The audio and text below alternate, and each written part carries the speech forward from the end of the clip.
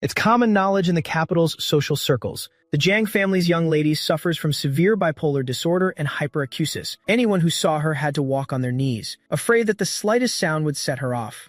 But my parents, to pay off their debts, they brought me back overnight from the countryside, where I'd been raised for 18 years, to be given to the young lady.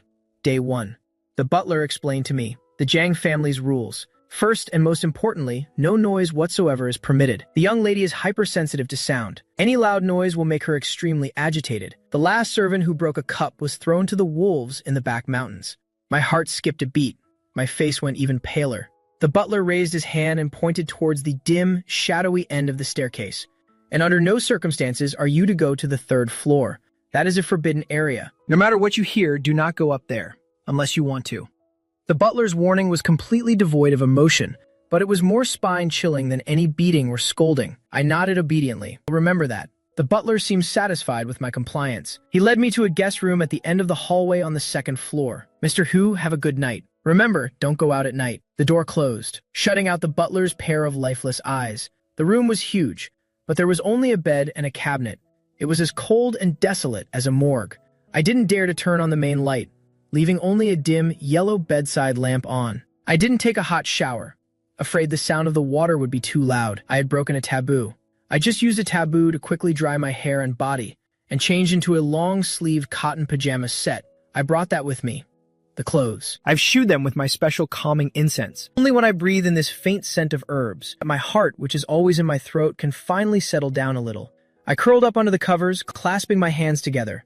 I tried to comfort myself, as if I were hypnotizing my own mind. That's right, Gu Yangqin. Once the debt is paid, I can leave. Thunder rumbled outside the window. I had a very restless night. I don't know how much time had passed. A loud crash. It exploded out of nowhere in the dead of the night. It wasn't like thunder, more like a heavy object. The sound of something being slammed hard against a wall, with enough force to destroy everything. I jolted awake, my whole body, bolted upright in bed. Before I could even react, then, right after, came another sharp crack. The sound of expensive porcelain being swept to the floor. The sound of it shattering into 1,000 pieces. The sound was coming from the 3rd floor, directly above. And then, cutting through it all, was a woman's roar, piercing through the floorboards and echoing down. The voice was hoarse. It was a sound of agony, on the verge of complete collapse. Like a wild beast trapped in a cage, a beast that had completely lost its mind. The once deathly silent Jian Yuan estate suddenly sprang to life. All the lights in the entire villa suddenly blazed to life. A chaotic yet deliberately muffled sound of footsteps echoed through the hallway. I was huddled in the corner of the bed, wrapped in a blanket, shivering uncontrollably. Even through the floorboards, I could still feel the immense fury and destructive urge radiating from that woman. So this is the legendary young lady of the Golden Circle. So, this is the forbidden place the butler was talking about. Faintly from outside the door, I could hear the muffled sobs of a maid and the butler's urgent low shout for a sedative. Quick! Get the doctor. The young ladies had another episode. Butler, no one dares to go up there. Going up there is suicide. Even if it's a suicide mission, someone has to go, or, well, all die. In the chaos, I could smell it in the air. A faint scent began to fill the air. I held the small medicine box in my arms, clutching it for dear life. Her knuckles turned white from the force of her grip. The hallway was in utter chaos. I pushed the door open. I saw several maids in uniform huddled together at the top of the stairs, their faces deathly pale, holding a tray in their hands, and the medicine bowls on the trays. The contents of the bowls clanked together with the trembling of their hands.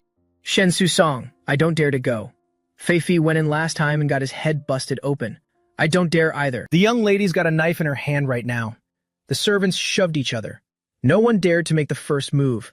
The old butler stood to the side, with a deep frown. His face was so grim, it could make it rain. Suddenly, his gaze landed on me, standing in the doorway. I was panicking.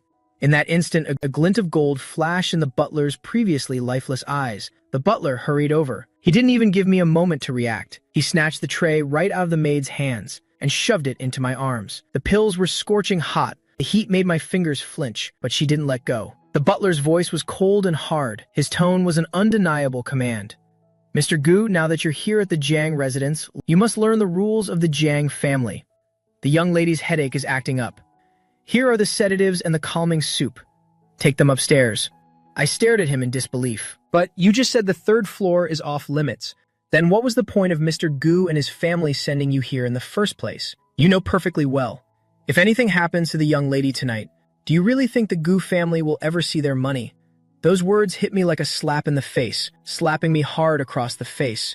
I was a debt payment. If it's broken, it can be replaced. If I die, they can just pay the price. But Jiang Wanning couldn't be allowed to come to harm. I glanced down at the medicine in my arms. Then I looked up again at the pitch-black stairwell on the 3rd floor. I knew it. My voice trembled, but my feet moved forward all the same. The 3rd floor was unlit. With one step, I was inside.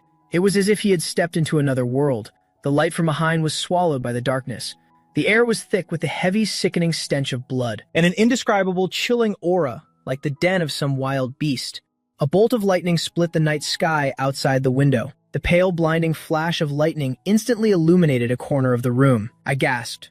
The once lavish study now looked as if it had been hit by a tornado. The priceless blue and white porcelain from the Ming Dynasty was now nothing but a pile of shards on the floor. The priceless mahogany desk had been overturned. The books that once lined the walls were now torn to shreds, scattered like corpses, everywhere. And that woman, she was nowhere in sight. My heart was in my throat. I was carrying a tray. I tried to tiptoe as much as I could, trying to avoid the mess on the floor. I placed the medicine on the coffee table that was still in one piece, just a step or two more. I held my breath. But just as I was about to set the tray down, a faint, sharp crack shattered the dead silence of the darkness. My entire body froze. Beneath my foot was a shard of porcelain that had been missed, snapped in two beneath my shoe. The sound wasn't loud. It was even softer than the rain outside. But for Jiang Wanning, who suffers from hyperacusis, to her it was nothing short of a deafening clap of thunder. Breathing from the depths of the darkness suddenly stopped. My scalp tingled. The kind of fear you feel when you're locked in the sights of an apex predator, coursing through my entire body in an instant. Instinctively, I tried to back away. I wanted to run. A voice cold as ice cut through the shadows. "Who's there?" Before I could even see clearly, a fierce gust of wind, reeking of blood, was already upon me. The tray in my hands was knocked flying. The medicine bowl shattered on the floor. Before I could even let out a scream, an ice-cold, pale hand was already clamped tightly around my throat. An immense, brutal force slammed my entire body hard against the wall. By the light of another flash of lightning from outside the window, and at last, I saw the woman before me clearly. The black camisole revealed her delicate collarbones. Her usually cool and noble face was now twisted with menace. Her narrow, phoenix-like eyes were completely unfocused. There was only a terrifying, blood-red glow. It was the madness that comes when reason has completely shattered. At this moment, Jiang Wanning wasn't a person. She was a demon freshly crawled from the depths of hell. He's staring at me, as if staring at a lifeless object. "Who let you in? You're asking for a death wish." As he demanded an answer, the hand around my throat squeezed tighter and tighter. My face instantly turned beet red. The air in my lungs was being squeezed out bit by bit. I desperately tried to pry her hand off me, but that hand was like a vice grip. It didn't budge an inch. The fear of death consumed me, but my instinct for survival kicked in. It made me want to scream. I wanted to scream for help. But just as the sound was about to burst from my throat, the old butler's sinister warning exploded in my mind like a clap of thunder. No noise is to be made, or you'll die without even being able to scream. Scream, and you'll die even faster. I choked back the scream that was clawing its way out of my throat. As I grew dizzy from suffocation, with my right hand, the only one I could still move, I trembled as I reached into my pajama pocket. It was my last and only hope. A Storax pill, no larger than my thumb, sealed within a ball of beeswax. It's an ancient formula my grandfather left behind before he died, specially formulated for financial frenzy and soul loss syndrome. Because the process is incredibly intricate, and in the end, this is the only one I managed to make, always by my side. With the tip of my finger, the one thing that could save my life, I touched the cold, waxy shell with the very last ounce of my strength and crushed the wax in a sudden, violent motion. But a crisp, cool scent, yet it carried a strange, sweet, milky scent of herbs. And in an instant, it exploded in the incredibly narrow space between us. I threw caution to the wind, holding the crushed incense pellet aloft and shoved it right under Jiang Wanning's nose. Meanwhile, my hand moved up to her stiff neck, drawing on the muscle memory from my years of practicing medicine and precisely pressed on the two thumping sleep acupressure points behind her ears. A pained grunt escaped from Jiang Wanning's throat. I didn't dare stop applying pressure, while letting the fragrance drift into his nose, all while using a special finger technique. She even pressed relentlessly on his temples, completely ignoring his discomfort. 1 second.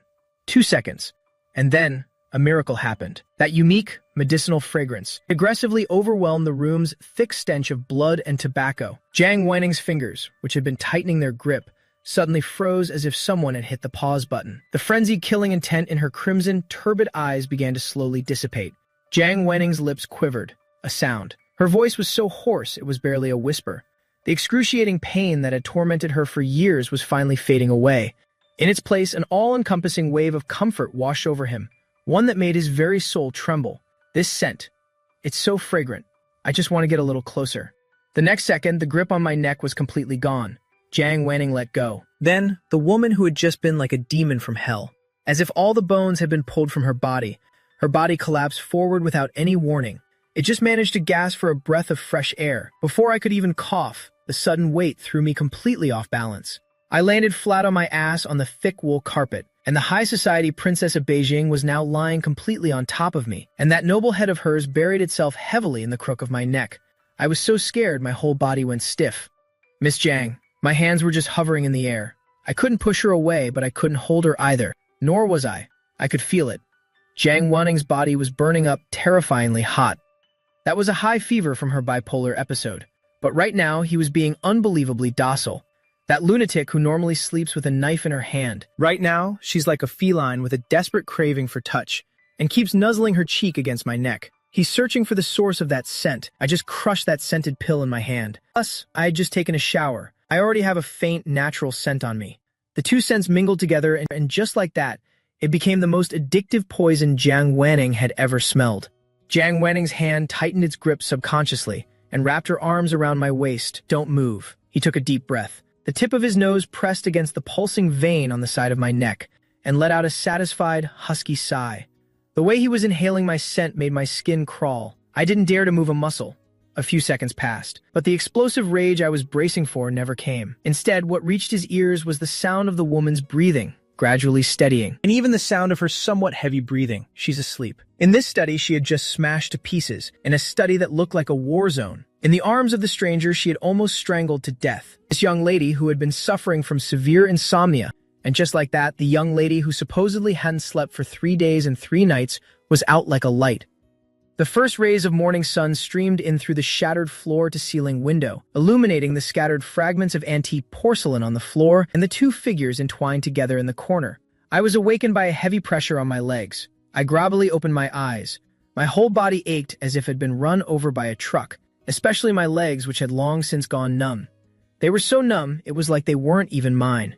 In the instant my memory came flooding back, I gasped, a sharp intake of breath, and resting on my thigh was a head of black hair. It was Jiang Wanning, the infamous socialite of the capital, whose name alone strikes fear into hearts. Right now, she's lying on her side on the carpet. Her head was pillowed on my lap, her face almost completely buried in my stomach. She was sleeping soundly. Her breathing was long and steady, that face so demonic and terrifying just last night. Now, in the morning light, her face had a sickly pallor, looking almost docile. If you ignore the ruins all around us, the scene was beautiful, like a painting. But I didn't dare to move, because I realized that one of Jiang Wanning's hands was clutching the corner of my pajamas, refusing to let go.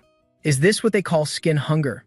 I swallowed hard. I tried to carefully pry the corner of my shirt from her vice-like grip. I gingerly moved my fingers to pry her hand open. But the very instant my fingertips brushed against the back of her hand, those tightly shut, phoenix-like eyes snapped open without warning. My heart stopped.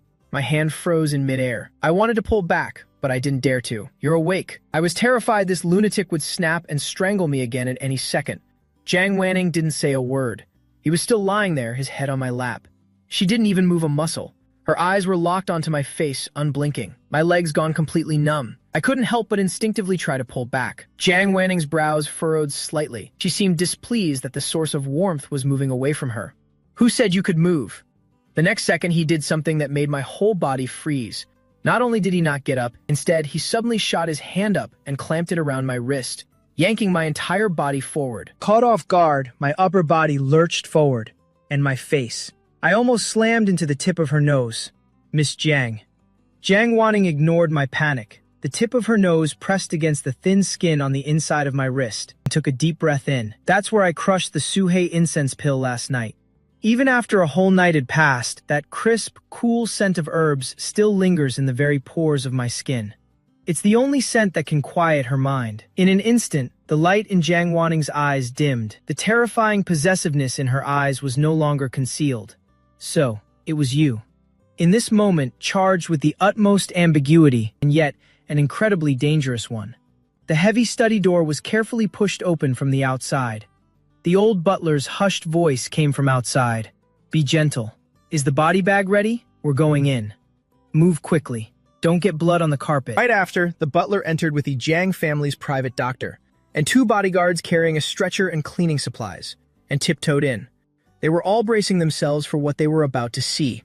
After all the commotion last night, Gu Yanlin was probably long gone by now, or had his neck snapped, or had his throat slit by shards of porcelain. However, when the group rounded the screen and got a clear view of the room, the sound of everyone's footsteps came to an abrupt halt. The butler's cloudy old eyes widened in disbelief. His jaw nearly hit the floor. The doctor's stethoscope clattered to the carpet. What was it that they saw? In the center of the devastated ruins, their young lady who had always been violent and misogynistic, the young lady who would kill anyone who dared to touch her, was now acting like a clingy little kitten, lazily snuggling in my arms.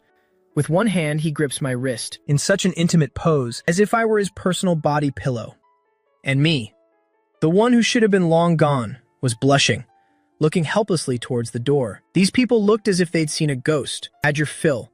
But Jiang Wanning showed no intention of getting up. He didn't even bother to turn his head. She remained in the position, resting her head on my lap. She merely lifted her eyelids, ever so languidly. Get out. The butler jolted. A cold sweat broke out instantly. Forgive us, miss. We're leaving right away. The group arrived as quickly as they had come, and left even faster. The door was closed again. Once again, it was just the 2 of us in the room. I felt like I was being roasted over a fire. I tried to pull my hand back. Miss Jiang, they're all gone. Could you please get up first? My legs completely asleep. Jiang Wanning finally let go of my wrist. He leisurely sat up from the carpet. Her black silk slip dress was wrinkled and clinging to her body. Yet it did nothing to diminish her air of aristocratic decadence. She raised her hand and rubbed her temples. The splitting headache that felt like my brain was being torn apart last night was gone. In its place was a long-lost sense of clarity. It was the first time in 3 years he had gotten a full 5 hours of sleep. Jiang Wanning turned her head. Her gaze fell upon me again as I was struggling to massage my leg. He looked so weak and easy to push around, but also incredibly resilient. He's my medicine. Jiang Wanning reached out and gently hooked her finger under my chin, my legs asleep. The corner of his lips curled into a faint, ambiguous smile. Since it's numb, then you don't have to leave. What opportunity did the Gu family ever give you? You're the one who walked in here. Jiang Wanning loosened her grip. Her fingertips trailed down my face. Finally, it came to rest on my neck, right where her fingers had left marks from the night before. Her touch was gentle, as if she were caressing a rare, precious treasure. From this day forward, you will be staying in this room, and you're not going anywhere. The air in the room seemed to freeze. After Jiang Wanning said that, she fell silent. She stood up from beside me and walked away. Her bare feet stepped onto the trampled carpet. She walked over to the one sofa that had survived the chaos. He picks up the black suit jacket draped over it and leisurely put it on. Finally, he picked up a string of cold white jade Bodhi beads from the coffee table. Jiang Wanning wrapped it around and around her left wrist. With great difficulty, I pulled myself up by the cabinet. My legs were still numb from being pressed down for so long, and were still tingling. I looked at the woman before me, who had now calmed down. I took a deep breath. I mustered up my courage, and broke the silence. Miss Jiang, I delivered it last night as you requested, and your headache has eased as well. Does this mean I can go now? Jiang Wanning's hand, which was adjusting her clothes, paused for a moment. She turned around. Those cool phoenix-like eyes landed on me faintly from a distance of a few meters. Go back where? The Gu family? My fingers curled slightly. That's none of your concern, as long as I've paid off the debt. Jiang Wanning looked as if she'd just heard the most ridiculous joke. He casually pulled a thin sheet of paper from a stack of documents on the coffee table. My eyelid twitched. I recognized that paper. It was the debt settlement agreement signed by my stepmother, and my ticket to servitude. The stark black and white with that astronomical figure of tens of millions, weighing down on me like a mountain. Weighing down on me, making it hard to breathe. Jiang Wanning held the paper between 2 of her fingers, and casually waved it in the air. When the Gu family sent you here, and gave me this thing. Gu Yanting. So, you're a medical student too. You should know what equivalent exchange means, right? My heart sank. A sense of foreboding washed over me. The next moment, a sharp metallic clink rang out. Jiang Wanning. With her other hand, she pulled out a silver lighter. My pupils constricted. What are you doing? Jiang Wanning didn't answer. He, Instead, she just brought the IOU worth tens of millions closer to the flame. The flames instantly devoured the paper. Instinctively, I lunged forward. I wanted to snatch it back, but that's mine. But it was all too late. The paper burned rapidly. In just a few seconds, it turned to ash in Jiang Wanning's fingers. The last spark flickered out. I'll stay right here. I was completely thunderstruck. Jiang Wanning dusted off her hands, as if brushing away non-existent ashes. Her tone was so casual, as if she were just talking about the weather. Now, the Gu family doesn't owe me anything. I stared blankly at the spot where the ashes on the floor had vanished. So, does that mean I'm free? I looked up. My voice trembled, with a glimmer of hopeful disbelief. What do you mean? You mean I can go? Jiang Wanning let out a soft, low laugh, with a hint of spine-chilling pleasure and mockery. He strode forward, his long legs eating up the distance, walking towards me step by step. Lu Yuanqing, have you been hitting the book so hard you've gone stupid? I burned the IOU. It's because I don't need the money. But that doesn't mean you can leave. But then, Jiang Wanning cut me off. You cured my headache. For a patient, you're the only cure for me. How could you just take off like that? My body went rigid. A chill shot up from the soles of my feet to the top of my head. He's trying to skip out on the debt. No, it's not about the debt. He wants to have Miss Jiang all to himself. I'm a person. It's not medicine. And I have a name. My name is Gu Yanlin. Jiang Wanning's fingers gently pinched my earlobe, pinching and twisting it absent-mindedly. I knew the moment the name Gu Yanlin slipped from her crimson lips. Her voice trailed off, the syllables deliberately drawn out, in a way that was both lingering and full of unspoken emotion. It was so sweet it could get you pregnant. The tips of my ears instantly burned bright red. It was a reaction born from humiliation and fury. Jiang Wanning's playful expression vanished. Her gaze instantly turned cold and domineering, in a tone that brooked no argument. Listen to me, from this day forward. You're one of Jiang Yuan's men. You have only one task, and that is to cure my illness. He withdrew his hand and straightened up. It was like a final verdict had been passed. The butler will move all of your things to the 3rd floor. From now on, you'll be living right next to me. My eyes widened. But isn't the 3rd floor off limits? Jiang Wanning turned and walked out. The cold, white jade prayer beads on her wrist glimmered with a soft, lustrous sheen in the morning light. As she reached the doorway, his footsteps faltered for a moment. He tilted his head to the side and said something that shattered my last hope. That's for other people, but for you it's a cage, available at a moment's notice. When I have a headache, if I can't see you, I wouldn't mind making the Gu family cough up those tens of millions with interest.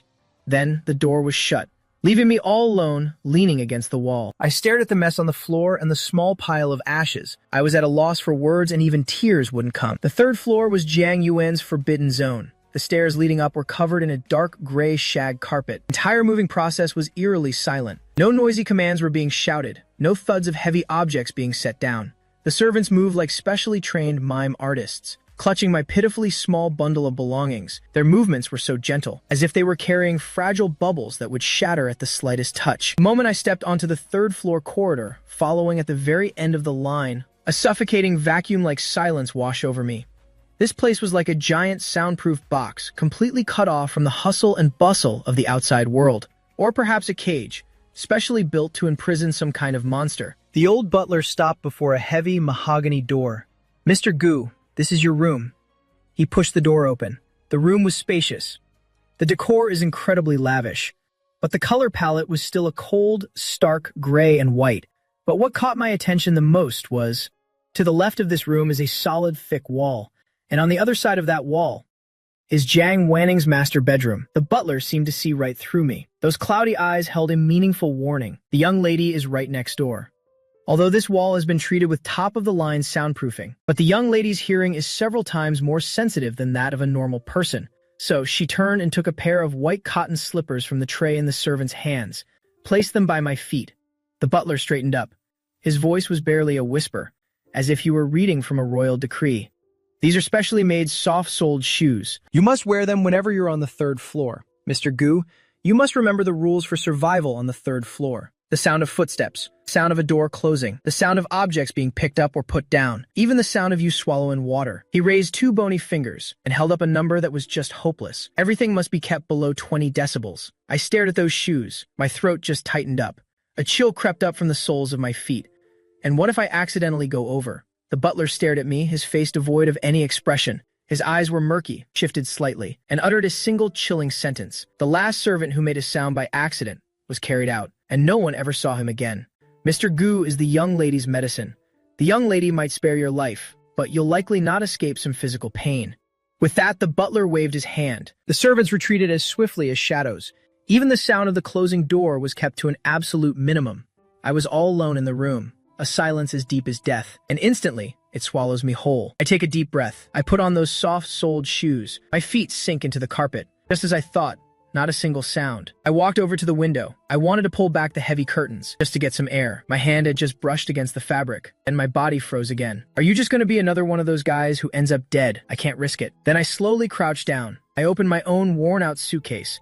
There were no designer clothes inside, just a few changes of clothes, and some well-thumbed ancient books on traditional Chinese medicine, and a medicine mortar and pestle set made of green jade. This was left to me by my grandfather. The jade is warm and smooth, and the mortar has a satisfying heavy weight to it. Holding it in my hand, it has a comforting weight to it. I take out the medicine jar. I hold it gently in my arms. This is my only weapon, and the only thing that keeps me alive. The sleeping dragon next door could awaken at any moment. I must always be ready to use my incense and trade my medicine for a sliver of hope in this suffocating world. Since I'm here, I might as well make the best of it. I lower my gaze. Fingertips caress the cool patch of medicine. A glint of resilience, at odds with her fragile appearance, flash in her eyes. As long as he doesn't kill me, I can find a way to tame her. Lunchtime. Jiang Yuan's dining room was ridiculously huge. Everything was extravagantly luxurious. But sitting at the table, all I could feel was that this place was like an execution ground. Jiang Wanning requires someone to be with her whenever she eats, but she didn't say a word. And she wouldn't even look at me. There were 2 meters of space between us. I could even clearly feel the heavy, oppressive atmosphere radiating from her. The entire meal was eaten in dead silence. A row of servants stood around us. Every single one of them had their heads bowed. I didn't even dare to breathe too heavily. And holding a pair of silver chopsticks in my hand, every grain of rice is added with extreme caution, terrified that the chopsticks might clink against the porcelain bowl and make a sound. The food was tasteless, like I was just chewing on wax. I just hoped this suffocating lunch would be over soon. But then Jiang Wanning suddenly spoke up. Her voice was a grating, impatient noise. A young maid standing at the side hurried forward to see what was going on. He's a new one. He nervously held a crystal water pitcher as she approached Jiang Wanning. Her hands were already trembling uncontrollably. I watched the maid who was shaking like a leaf. My heart was in my throat. Of course, just what I was afraid of would happen. Just as the spout of the teapot drew near the rim of the cup, the maid's hand jerked violently. The rim of the lid clinked against the incredibly thin crystal cup. The sound was as sharp as a blade. It sliced through the dead silence in an instant. For a second, I felt the very air around me freeze solid. The maid in particular was scared out of her wits. Trembling, she tried to drop to her knees and beg for mercy. "Miss," Jiang Wanning, who had been cutting her steak. Her movements came to an abrupt halt. I could only watch as the hand holding the steak knife. His knuckles turned white. Palpable, violent aura erupted from him. To a normal person, it would be nothing more than a crisp, clear sound. But for Jiang Wanning, who suffers from hyperacusis, it felt as if someone were viciously stabbing her eardrums with countless steel needles, traveling down the auditory nerve and piercing deep into the brain, a pain that pierced right through to the bone. Jiang Wanning didn't look up. With icy indifference, he waved his hand. The next second, 2 ghost-like bodyguards in black instantly moved forward. Their movements were practiced in a way that was terrifying to behold. One of them swiftly moved in from behind, twisting the maid's arms back, while the other one clamped a black cloth tightly over her mouth. Because they knew if they let her scream out of fear, the consequences would be far worse than just being dragged away. The maid's eyes widened in shock. Tears welled up in her eyes. Her eyes were filled with despair and a silent plea for help. She looked at me, but there was nothing I could do. All I could do was sit there, frozen in my chair. I watched as that living, breathing person was dragged out of the dining room without a sound. In less than 10 seconds, silence fell over the dining room once more. All I felt was a chill, shot straight up my spine to the top of my head. My hands and feet turned to ice. I glanced down at the silver chopsticks in my hand. My fingers started shaking violently, out of my control. That was just the sound of the kettle clanking. What if it was my chopsticks clinking against the bowl while I was eating? Or what if I make a sound while swallowing my soup? Is that the fate of being dragged away? My tomorrow. A cold voice suddenly cut through the silence. Why did you stop eating? I jolted in surprise. I looked up right into Jiang Wanning's bottomless eyes. He was holding a napkin, leisurely wiping his fingers. My mouth opened, but no words came out. His voice trembled. Was I scared? Jiang Wanning casually tossed her napkin aside. Leaning back in her chair, her gaze swept across my deathly pale face. The corners of her mouth curled into a cruel smirk. Gu Yeming, the only reason I'm keeping you around is because you're useful. But if you start making noise like all the other useless trash. He didn't finish his sentence, but the icy glint in her eyes said it all. I gripped the chopsticks in my hand, my knuckles turning white, my fingernails dug into my palm. Using that small amount of pain to force myself to calm down. I can't falter. I can't make a single mistake. After the maid was dragged away, air in the dining room felt as if it had been sucked dry. Jiang Wanning didn't feel any sense of relief from punishing the one who started it all. On the contrary, that sharp, clear sound of impact from a moment ago. Like a nail exploding in his brain. The aftershocks were still reverberating. His auditory nerves were still throbbing. Every single nerve ending was screaming in agony. It felt as if a million electric drills were boring into his temples all at once. Jiang Wanning's gaze shot towards me like a sharp blade as I sat across from her. At that moment, I was still clutching that pair of silver chopsticks in my hand. My body was still frozen stiff from the shock of what just happened. The tips of the chopsticks hovered in mid-air, but I couldn't bring myself to let them fall. Seeing me trembling like this, but the turmoil in Jiang Wanning's heart was far greater. What are you still doing with those chopsticks? You want to make some noise too, or I'll have my bodyguards drag you out. This was pure, misplaced anger. I flinched, my shoulders tensing up. The chopsticks in my hand nearly clattered onto the table, driven by a desperate will to survive. I didn't, Miss Jiang. I'll be very quiet. I won't disturb you. As soon as the words left my mouth, I was bracing myself for her to fly into a rage and yell at me. The anticipated fury never came. An eerie silence suddenly fell over the entire dining room. Jiang Wanning's fingers, which had been massaging her temples, came to an abrupt and unexpected halt. Those phoenix eyes, usually filled with fury and gloom, but now a rare flicker of conflict appeared in them. The very instant my voice reached his ears, he thought it would be like everyone else. It was as if nails were scraping across a chalkboard, making him sick to his stomach. But instead, the sound slipped lightly into her eardrum. Instead of hurting her taut auditory nerves, instead it brought a tingling, prickly sort of itch. It was like a pair of gentle hands, gently smoothing out the explosive creases in her mind, the temples that had been throbbing with pain. And just like that, because of these few soft words of explanation, miraculously eased. Jiang Wanning. Suddenly, the look in her eyes changed. Her cold, clear eyes locked onto me unblinking. But the look in her eyes wasn't the usual disgust one reserves for trash. Instead, it was a dark, probing gaze, as if she had discovered a new continent. I waited for what felt like an eternity, but there was no sound. I slowly peeked open one eye, only to find myself staring right into Jiang Wanning's unwavering eyes.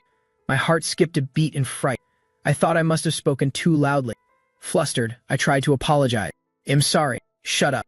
I was promoted on the spot. Keep your mouth shut. Jiang Wanning leaned back in her chair. Her slender fingers tapped lightly on the tabletop. I had a bad feeling about this, but I didn't dare to disobey. I had no choice but to put down my chopstick and move to his side. I kept my head down. I didn't even dare to breathe. Jiang Wanning turned to her side, her eyes narrowed, her gaze searching my face. Say that again? I was floored. In that instant, my mind went completely blank. I can't even begin to follow this psycho's train of thought. What did I just say? Completely tense and bewildered, my eyes went wide.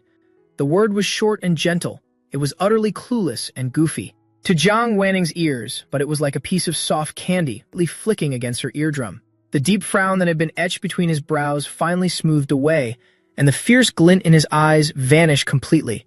The violent, bloody hue in her eyes finally faded away completely. So, it wasn't just my imagination. He is my cure. It wasn't just the smell of flesh and blood. Even his voice is a sedative, custom-made for me by the heavens. So stupid. But there wasn't a hint of genuine anger in her voice. Instead, it carried a lazy, almost seductive quality that made one's heart race.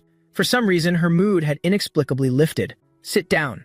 Have dinner with me. Jiang Wanning picked up her knife and fork again. This time, her movements were graceful and composed. Gone was the previous ferocity. I stood frozen in place. Her face was a mess. The afternoon sun was a bit harsh on the eyes, through the slits in the study's heavy curtains, piercing through the gloom of the room like a golden blade. Jiang Wanning sat in a black leather office chair. A mountain of documents was piled high on her desk, but he couldn't read a single word, even though he had slept the night before. But the aftermath of her bipolar disorder still washed over his nerves like a relentless tide. The dense swarm of mosquitoes blurred into a chaotic scramble of ants before his eyes. The sight made his temples throb.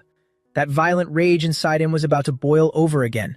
If this were any other time, by now this pile of documents worth billions had already been torn to shreds by him. But today he had a new discovery, or rather a new way to soothe her. Jiang Wanning picked up the intercom on her desk.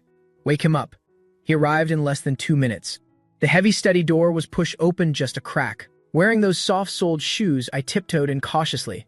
Miss Jiang, you wanted to see me? I stopped about 3 meters away from the desk, with my hands clasped in front of me. I was ready to bolt at any second. Jiang Wanning lifted her eyelids and glanced at me, standing so far away. What's with the act? I'm going to eat you. He casually picked up a thick, all-English financial report from the table and slammed it down the corner of the table. It landed with a dull thud. I had no choice but to inch my way over. Jiang Wanning gestured with her chin towards a spot by the table, signaling for him to sit. And there, at some point, a small round stool had appeared. And it was even topped with a soft cushion. It looked completely out of place in this cold, imposing study. I obediently sat down. Jiang Wanning pointed at the financial report. Keep it brief. I froze for a second. I picked up the hefty document. I opened it to the first page. It was filled with dense, technical jargon and English words. It made my head spin instantly. You want me to read this? I study traditional Chinese medicine. My English grades were decent, though. But all this Hui said is Shanye Bingo Tiaoquan Ho Jinrong Shuyu. To me, it's all just gibberish. Jiang Wanning leaned back in her chair. Close your eyes. She raises a hand to her forehead. What else? Should I be chanting sutras? Louder. Don't sound like you haven't eaten. I didn't dare to argue. I took a deep breath. Clutching the documents, I began to speak, stumbling over my words. At first, my voice was still thick with nervousness and trembling. It even stumbled over obscure technical terms. Even my pronunciation was tinged with a hint of hesitant uncertainty. Normally, if she were hearing a subordinate give a report, stumbling over his words like that, Jiang Wanning would have had them thrown out long ago. But at this moment, as that gentle voice broke the dead silence of the study, miraculously, the deep frown that had been etched between her brows began to soften. Jiang Wanning leaned back against the spacious chair. Her entire body was more relaxed than it had ever been. She wasn't listening to the words. He had long since committed all that data to memory. He was listening to that voice. The sound was like a cool spring flowing gently through him. His parched eardrums transformed into the world's most perfect white noise. The sharp ringing in my head was gone, and that violent urge to destroy everything was soothed away as well. I don't know how much time had passed. My mouth was parched from reciting. Seeing the woman with her eyes closed and completely still, I thought she had fallen asleep. I tentatively stopped and called out softly, "Miss Jiang?" The sound had barely faded. Jiang Wanning's phoenix-like eyes, which had been closed, snapped open in an instant. There wasn't a trace of sleepiness in them, only the displeasure of being interrupted. "Why did you stop? I am thirsty." Jiang Wanning stared at me for a second. Then she suddenly reached out and pushed the untouched glass of warm water from beside his hand in front of me. "Drink it." "Is this for me?" Jiang Wanning raised an eyebrow. Her tone was dangerous and full of disdain. "No, no, no. How would I dare?" I quickly picked up the expensive crystal cup and started sipping it in little nibbles, just like a tiny hamster. Jiang Wanning watched my cheeks puff out as I drank. Her fingers tapped lightly against the armrest. A strange sense of joy washed over her. Seeing me put down the cup, Jiang Wanning closed her eyes again. Her red lips parted slightly. "Now that you're finished, go ahead and read the overseas market expansion proposal." I stared at the massive stack of business plans, all written in English. I was on the verge of tears, but they just wouldn't come. I'd been reading English financial reports out loud for 2 hours straight. I felt like my throat was about to start smoking. Even though I had a glass of water in between, my vocal cords feel raw from overuse. I still couldn't help but feel the urge to cough. But I don't dare to cough. I was terrified that even a single cough would set off her sensitive nerves again. The story of time has been told, and he was still holding the folder. His voice was already tinged with a noticeable hoarseness and exhaustion. Jiang Wanning leaned back in her chair, listening to bedtime fairy tales for 2 hours. The sharp ringing in his head had indeed subsided quite a bit. Finally, she mercifully spoke. "All right, let's take a break." As she spoke, she casually picked up a pen, ready to sign the document. It was like a death sentence had been commuted. I let out a long sigh of relief. But I didn't dare to leave. Just sitting here, waiting. This is pure agony. Plus, my mind starts to wander. My eyes wandered and landed on the cloth bag at my feet. Inside was my entire set of tools of the trade. Since her mood was relatively stable for now, I should probably get down to business. Summoning my courage, I carefully pulled a green jade mortar and a small pestle out of the cloth bag. Then, I pulled out a few small, sealed paper packets. Inside are some calming herbs I prepared earlier. This specially made storax incense works best when it's freshly ground. If I could just make the scent in this study a little stronger. Maybe then she won't lose her temper so easily. I pour the herbs into the glass mortar. I gripped the mortar. I gave it a gentle, tentative shake. A dull, monotonous thud echoed through the quiet study. My heart suddenly seized. Her hand froze mid-motion. Instinctively, I held my breath. I looked up in terror at the woman behind the desk. Jiang Wanting's hand in the middle of signing a document, just as I thought. It stopped. The tip of the pen left a small smudge of ink on the paper. The air in the study seemed to freeze in an instant. My hand gripping the medicine pestle. A cold sweat broke out all over me. I'm already picturing the bodyguards rushing in, and the scene of them throwing me and my medicine jar out the door. I'm sorry. I'll put it away right now. I was about to straighten up. Jiang Wanting cut me off. What is that sound? He didn't look up. She just tilted her head slightly to the side. His brow furrowed slightly, as if he were trying to discern something. I gulped. Spit it out. Is it the medicine? I'm making a sedative incense. Jiang Wanting finally looked up. Her cool, distant eyes fell upon the green jade medicine box in my arms. Then she averted her gaze and lowered her head to look at the documents again. Continue. I froze for a second. Jiang Wanting clicked her tongue impatiently. Did I stutter? I said continue. How could I dare to ask again? I quickly tightened my grip on the pestle. Once again, I carefully poured it out. At first, my movements were still hesitant, afraid of using too much force. But as the pestle fell again and again, that dull, rhythmic sound began to echo through the study. Gradually, the herbs were ground into fine pieces, a delicate and fresh scent. The aroma of the herbs, slightly bitter at first, but with a sweet, lingering aftertaste. It slowly wafted through the air with my movements. Jiang Wanting felt her eyelids growing heavy. It was that natural, long-lost feeling of drowsiness, gently enveloping her like the tide. Before she knew it, sunlight from outside streamed in diagonally through the sheer curtains, casting dappled patterns of light and shadow across the carpet. Inside the study, a scene both bizarrely strange and yet perfectly harmonious was unfolding. The young lady from Beijing's elite circles, the one who held the power of life and death over a business empire worth hundreds of billions, was leaning back in her executive chair. The fountain pen in her hand had slipped from her grasp at some point. Her eyes were half closed, her breathing became long and deep. And not far from his feet, I was sitting on a small stool, cradling a green jade jar in my arms, like a diligent little rabbit pouring it out one careful drop at a time. The peace was so profound it felt almost surreal, until half an hour later, my hand is killing me, and secretly stopped for a moment and shake the ache out of my hand. The moment the sound stopped, the woman in the chair immediately let out a displeased grunt. Her brows furrowed instinctively. Don't stop, just a little longer. I looked at the woman who treated me like her personal white noise machine. I pouted, feeling a bit wronged. Resigned to my fate, I could only pick up the medicine mortar again. Right next to this contract worth hundreds of millions. I had to keep grinding away, playing the part of his little medicine boy. But it didn't take long for me to realize something was off.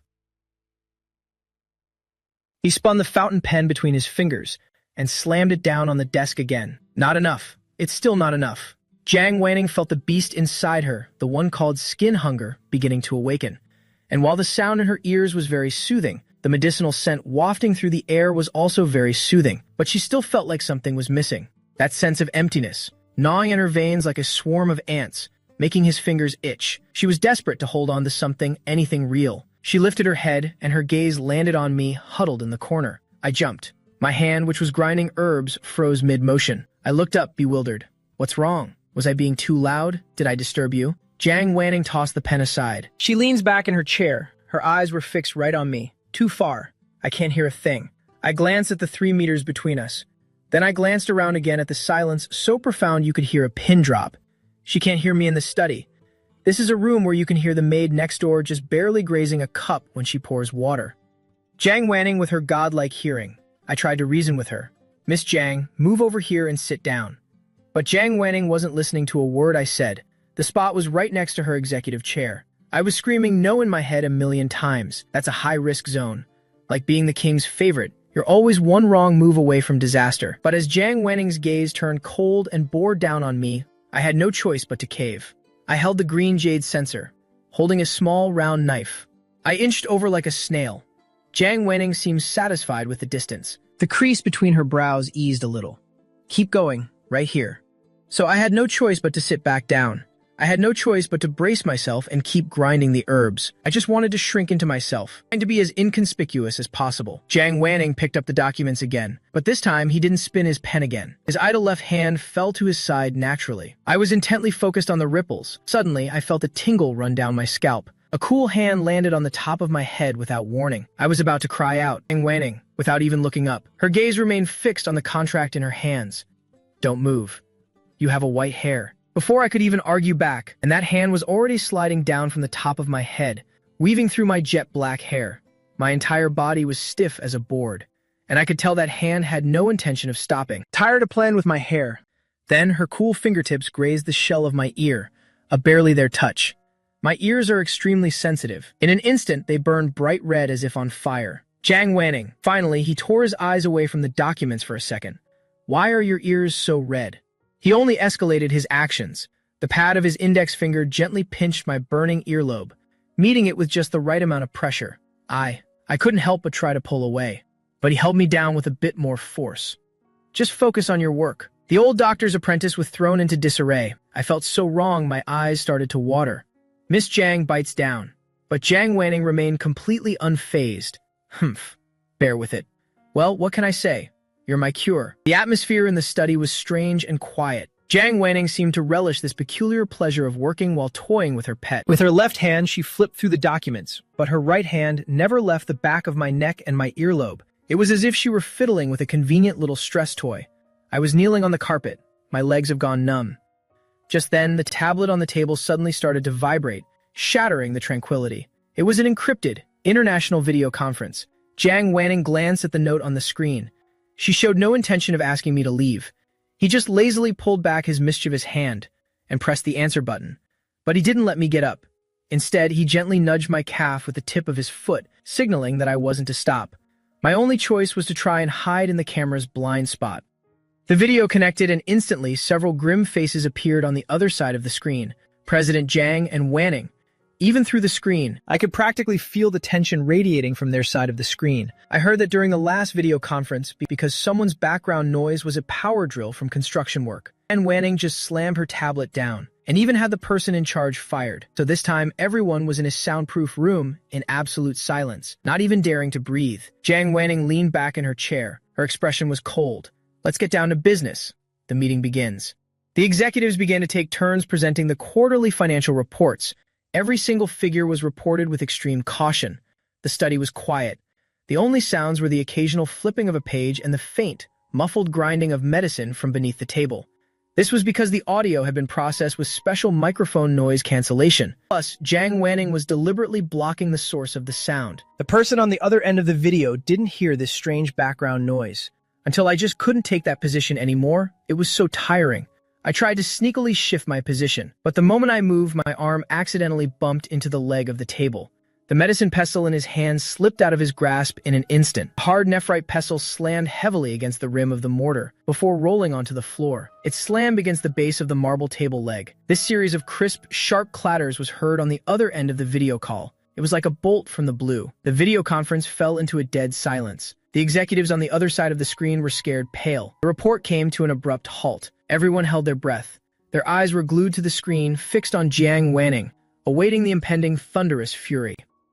Inside the study, I was frozen in fear. I frantically scrambled to pick up the medicine box. I looked up, staring in terror at the woman above me. I'm sorry. Just as I expected, the warmth in Jiang Wanning's eyes vanished, replaced by a chilling cold. Her gaze shifted away from the screen and slowly lowered her head to look at me. Just when the person on the other side of the video thought she was about to explode, just when I thought I was about to be thrown out to the wolves, the woman who had always been intolerant of the slightest noise merely furrowed her brow. And to my surprise, he reached his hand under the table, in this absolute blind spot of the camera, and gently caught my hand. The pads of my fingers, icy cold from the shock, and gently rubbed my slightly reddened knuckles. Gently now.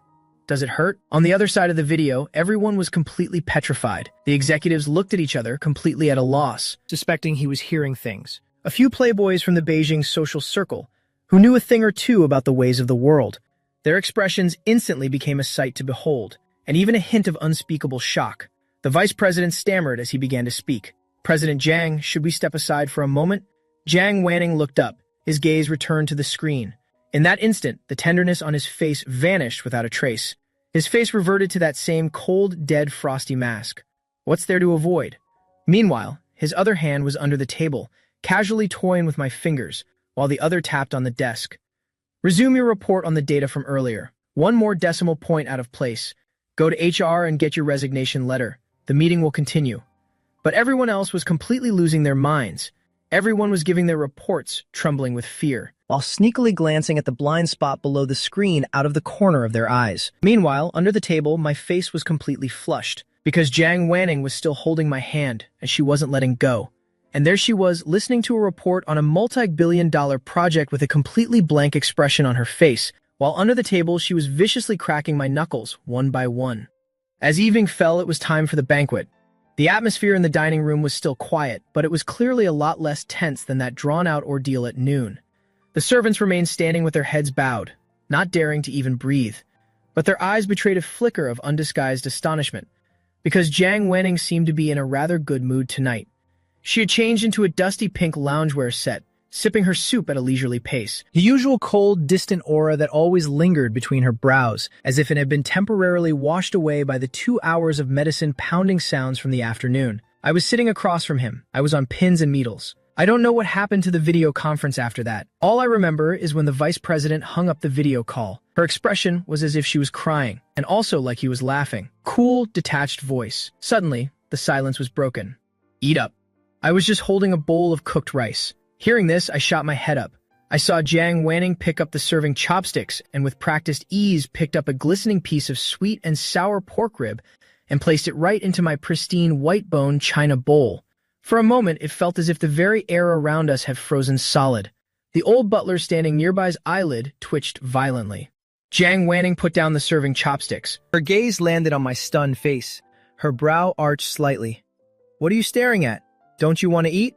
Snapping out of it, I looked down at the rib in my bowl. With mixed feelings, it was like looking at a piece of meat on a condemned man's plate. "Thank you, Miss Jiang." With that, I picked up a rib and took a bite. The sweet and sour flavor was just right. The meat is so tender it just falls apart. Jiang Wanning looked at me, clearly in a good mood. "Since you enjoy making medicine so much, from now on, you'll be the one to make all of my calming incense." I've just caught my breath. Hearing this, I nodded instinctively. Good incense requires a dedicated workshop. It has a grinder inside. That's pretty convenient. No machines. Things made by machines have no soul. He leaned back. Her fingers gently caressed the jade Buddhist beads on her wrist. And then she said something incredibly domineering and unreasonable. "I want you to make it with your own hands. Use that celadon jar to grind it down, little by little." My eyes went wide. I stared at him in disbelief. Miss Jiang goes through a massive amount of calming incense every month. If it all has to be ground by hand, what about my hands? Do I even get to keep them? But Miss Jiang, that method is very inefficient, and it's exhausting. The smile in Jiang Wanning's eyes faded slightly. Her voice carried a dangerous, oppressive weight. "What? You thought you were here to live a life of luxury? Gu Yanying, don't forget your place. You're here to pay a debt." In an instant, it was like all the air had been let out of me, and I just deflated. "I understand." I lowered my head and poked at the rice in my bowl, but what I didn't know was, Jiang Wanning didn't care about efficiency at all, nor did she care about any soul. She had just become obsessed with that sound. She became obsessed with me, sitting by his side because of the way he tirelessly ground herbs for her. I thought that was the end of it. But it wasn't until nightfall that I discovered this lunatic's peculiar habits went far beyond that. PM. I had just finished my shower and was just about to get some sleep in my own room. Suddenly, there was a knock at the door. "Mr. Gu, the young lady. The young lady requests your presence." With a heart full of trepidation, carrying the tools of my trade, pushing open the door to the master bedroom next door was that celadon medicine jar. Jiang Wanning was already lying in bed. She was leaning against the headboard wearing a black slip dress with a book in her hand. He patted a spot on the carpet by the bed. "Come here." I walked over, holding the medicine jar. I watched him warily. "Miss Jiang, it's so late. Do I still have to read?" Jiang Wanning placed the book on the nightstand. Then she pointed at the jar in my arms. "No more reading." I glanced at the wall clock. 10:30. "Aren't you supposed to be going to sleep now?" Jiang Wanning slipped under the covers. She adjusted into a comfortable position. "Lie still and fold your hands." Resting them on her stomach, close your eyes. She spoke as if it were the most natural thing in the world. "Just so I can go to sleep. I want to sleep to that sound. It helps me sleep." I stood by the bed holding a medicine jar. I was a complete mess, treating the sound of a blade as a lullaby. What kind of sick, twisted kink is this? Jiang Wanning didn't hear a thing. She opened her eyes, displeased. "What are you spacing out for? And don't stop until I say so." "Don't stop." I took a deep breath. Resigned, I sat down on the carpet by the bed. I rested the medicine jar on my knees. A dull, monotonous thudding sound began to echo in the silent bedroom. The aroma of the herbs slowly began to fill the air. This mingled with the cold, crisp scent that was already on Jiang Waning's bed, mingling into a peculiar scent. Jiang Waning's eyes were closed. Her breathing gradually steadied.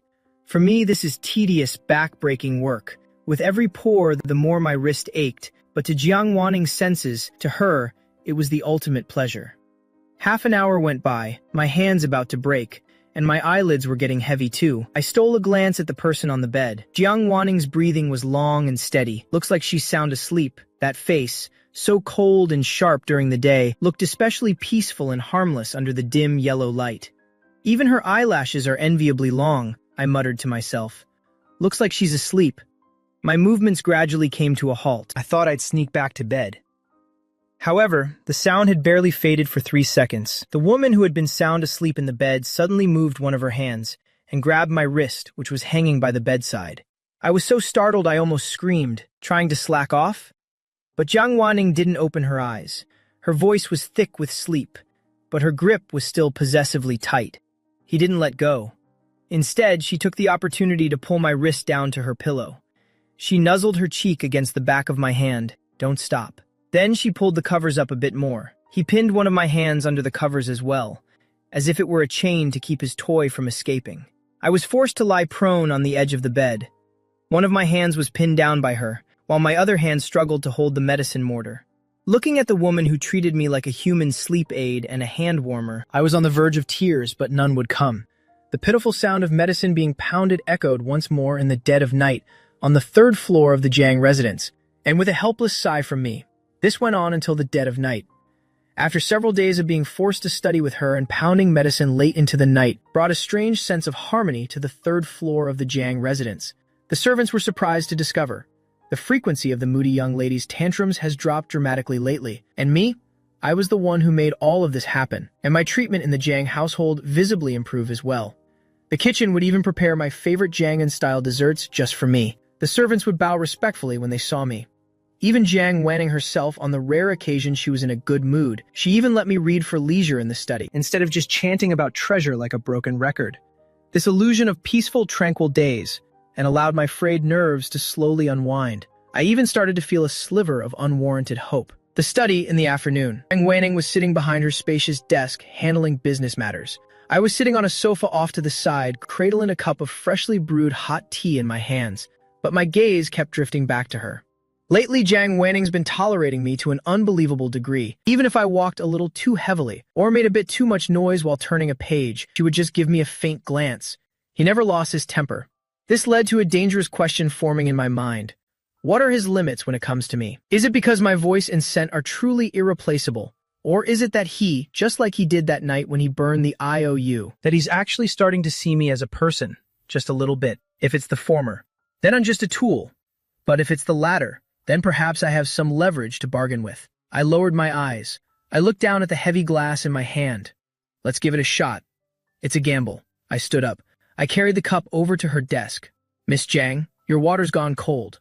Let me get you a fresh one. Jiang Wanning didn't look up. She just kept signing her name, while casually humming in acknowledgement. I picked up the cup by his hand. I walked over to the water dispenser nearby and filled it with water. The sound of the water is so clear. Everything was as it should be. After filling the cup, I walked back to the table. In the moment I set the cup down, my fingers loosened, just a fraction, the heavy bottom of the glass, and slammed heavily onto the hard black walnut tabletop. Even the water inside the cup splashed out. A few drops landed on the document Jiang Wanning had just signed. It was as if time had frozen in that very second. My heart instantly leaped into my throat. My fingers were clutching the corner of my clothes. I held my breath, observing the woman's reaction. 1 second, 2 seconds. Jiang Wanning slowly raised her head. In those cool phoenix-like eyes, there was none of the fury I had anticipated, nor was there the indulgence I had hoped for. There was only a piercing, ice-cold clarity. That look was just piercing. A chill ran down my spine. A fear like being locked in the sights of a wild beast instantly crawled all over my body. Jiang Wanning put down her brush and leaned back, leaning back in her chair. My hand slipped. I gulped. I had to bite the bullet and play along. I'm sorry. I didn't hold it steady. Jiang Wanning let out a soft chuckle, but the smile didn't reach her eyes. Instead, her eyes held a chilling coldness that sent a shiver down my spine. Is that it? Gu Yenlin. Do you think I've been too good to you lately? My body went rigid. Instinctively, I wanted to back away. Miss Jiang, I didn't mean to come over. Her two short words cut through my feeble explanation. I don't want to go over. The elephant has taken root. Jiang Wanning narrowed her eyes. Her patience had run out. Suddenly, he reached out and grabbed my wrist. I stumbled forward, losing my balance. The next second, the world spun, and just like that, I was pulled right into their arms. In that instant, the distance between us vanished. Miss Xiao, what are you doing? Jiang Wanning raised her other hand. Her index finger gently pressed against my lips. Shh. She lowered her head. The tip of her nose was almost touching mine. Gu Yahan, cut out your little schemes. What are you trying to test? Testing to see if I'd actually lay a hand on you? Or are you testing to see if you can turn this cage upside down? I didn't. You let go of that cup on purpose just now. You wanted to see if it'd do something to you over a little noise. The shame and fear of being exposed. And made my body tremble uncontrollably. A glint of violent pleasure flashed in Jiang Wanning's eyes. He suddenly leaned in close to my ear. Gu Yahan, you have to remember that I'm the one who spoils you, letting you roam freely in this forbidden place. It's because you're a good girl. You're my little demon. But that doesn't mean you can get carried away and walk all over me. This is the first time, and it will be the last. Don't let it happen again. Jiang Wanning's tone turned ice cold. Her voice was laced with a bone-chilling cold. If I ever catch you deliberately making noise to provoke me again. In the Jiang family's basement, there's a room that's completely soundproof. There is no light in there, no sound. Even the very air is dead, and I'll lock you inside. Even if you scream your lungs out in there, and not a single sound will get out. And then, you'll never make a sound again for the rest of your life. My face went deathly pale in an instant. Seeing my eyes well up with tears, to my surprise, the ferocity in Jiang Wanning's eyes actually softened a little. As long as you behave yourself, be my medicine. A place like that will never be for you. Do you understand? I understand. A satisfied smile tugged at the corner of Jiang Wanning's lips. He lowered his head and pressed a feather-like kiss on my damp eyes. Good boy, since you understand. Now, wipe the table clean. And this, he said, pointing to the document that had been ruined by the water. Read it again. I scrambled to wipe the water stains off the table. My hands were still shaking uncontrollably. At that moment, I came to my senses completely. So much for a peaceful life. All that talk of a gentle, affectionate dog was just a lie. A vicious dog will always be a vicious dog. Even if it wags its tail every now and then, it can never change its true nature to devour people. That was a warning. 3 days after the incident, I could clearly feel the shift in the atmosphere around Jiang Yuan. Or to be more precise, the way everyone treated me had completely changed. Before, the servants would look at me with pity in their eyes. But now that look had turned to one of reverence, and even a hint of fawning. Mr. Gu, this is some osmanthus candy freshly made in the kitchen. Lotus root. The young lady mentioned you have a sweet tooth. I made them with fresh osmanthus flowers, specially shipped from the Jiangnan region. Mr. Gu, your herbs have finished drying. Would you like me to put them in a jar for you? I walked down the stairs. The servants I passed along the way all bowed respectfully. They practically wanted to put me on a pedestal. And there's a simple reason for that. Over the past few days, everyone had figured out one ironclad rule for survival. As long as I'm around that moody, living hellion, it's like facing a tiger with its fangs pulled. My chances of survival have skyrocketed. And the only one who can put out Jiang Yuan's fires, and the only thing keeping the entire family alive, am. I was sitting on the living room sofa, flipping through a medical book. The old butler hurried over, a look of anxiety on his face. Mr. Gu, could you please go to the study? Shang Shu and I watched him warily. What's wrong? The butler wiped his sweat. He glanced upstairs, still shaken. The head of the branch in the south is here. He really messed up, resulting in a 300 million bad debt. The young lady is absolutely furious. She's already smashed a whole tea set just now. The person in charge is kneeling in there. They'll probably be carried out any minute now. I purse my lips. That's Miss Jiang's business. It's probably not appropriate for me to go in, is it? He's usually so stern and unsmiling. The butler, who always has such a stern face, but now he was bowing deeply to me. Mr. Gu, I'm begging you. Inside, besides the person in charge and several other top executives from the group, if the young lady actually gets physical, things could get out of hand. Right now, you're the only one who can go in, even if it's just to bring her a cup of tea. That should cool the young lady's temper by half.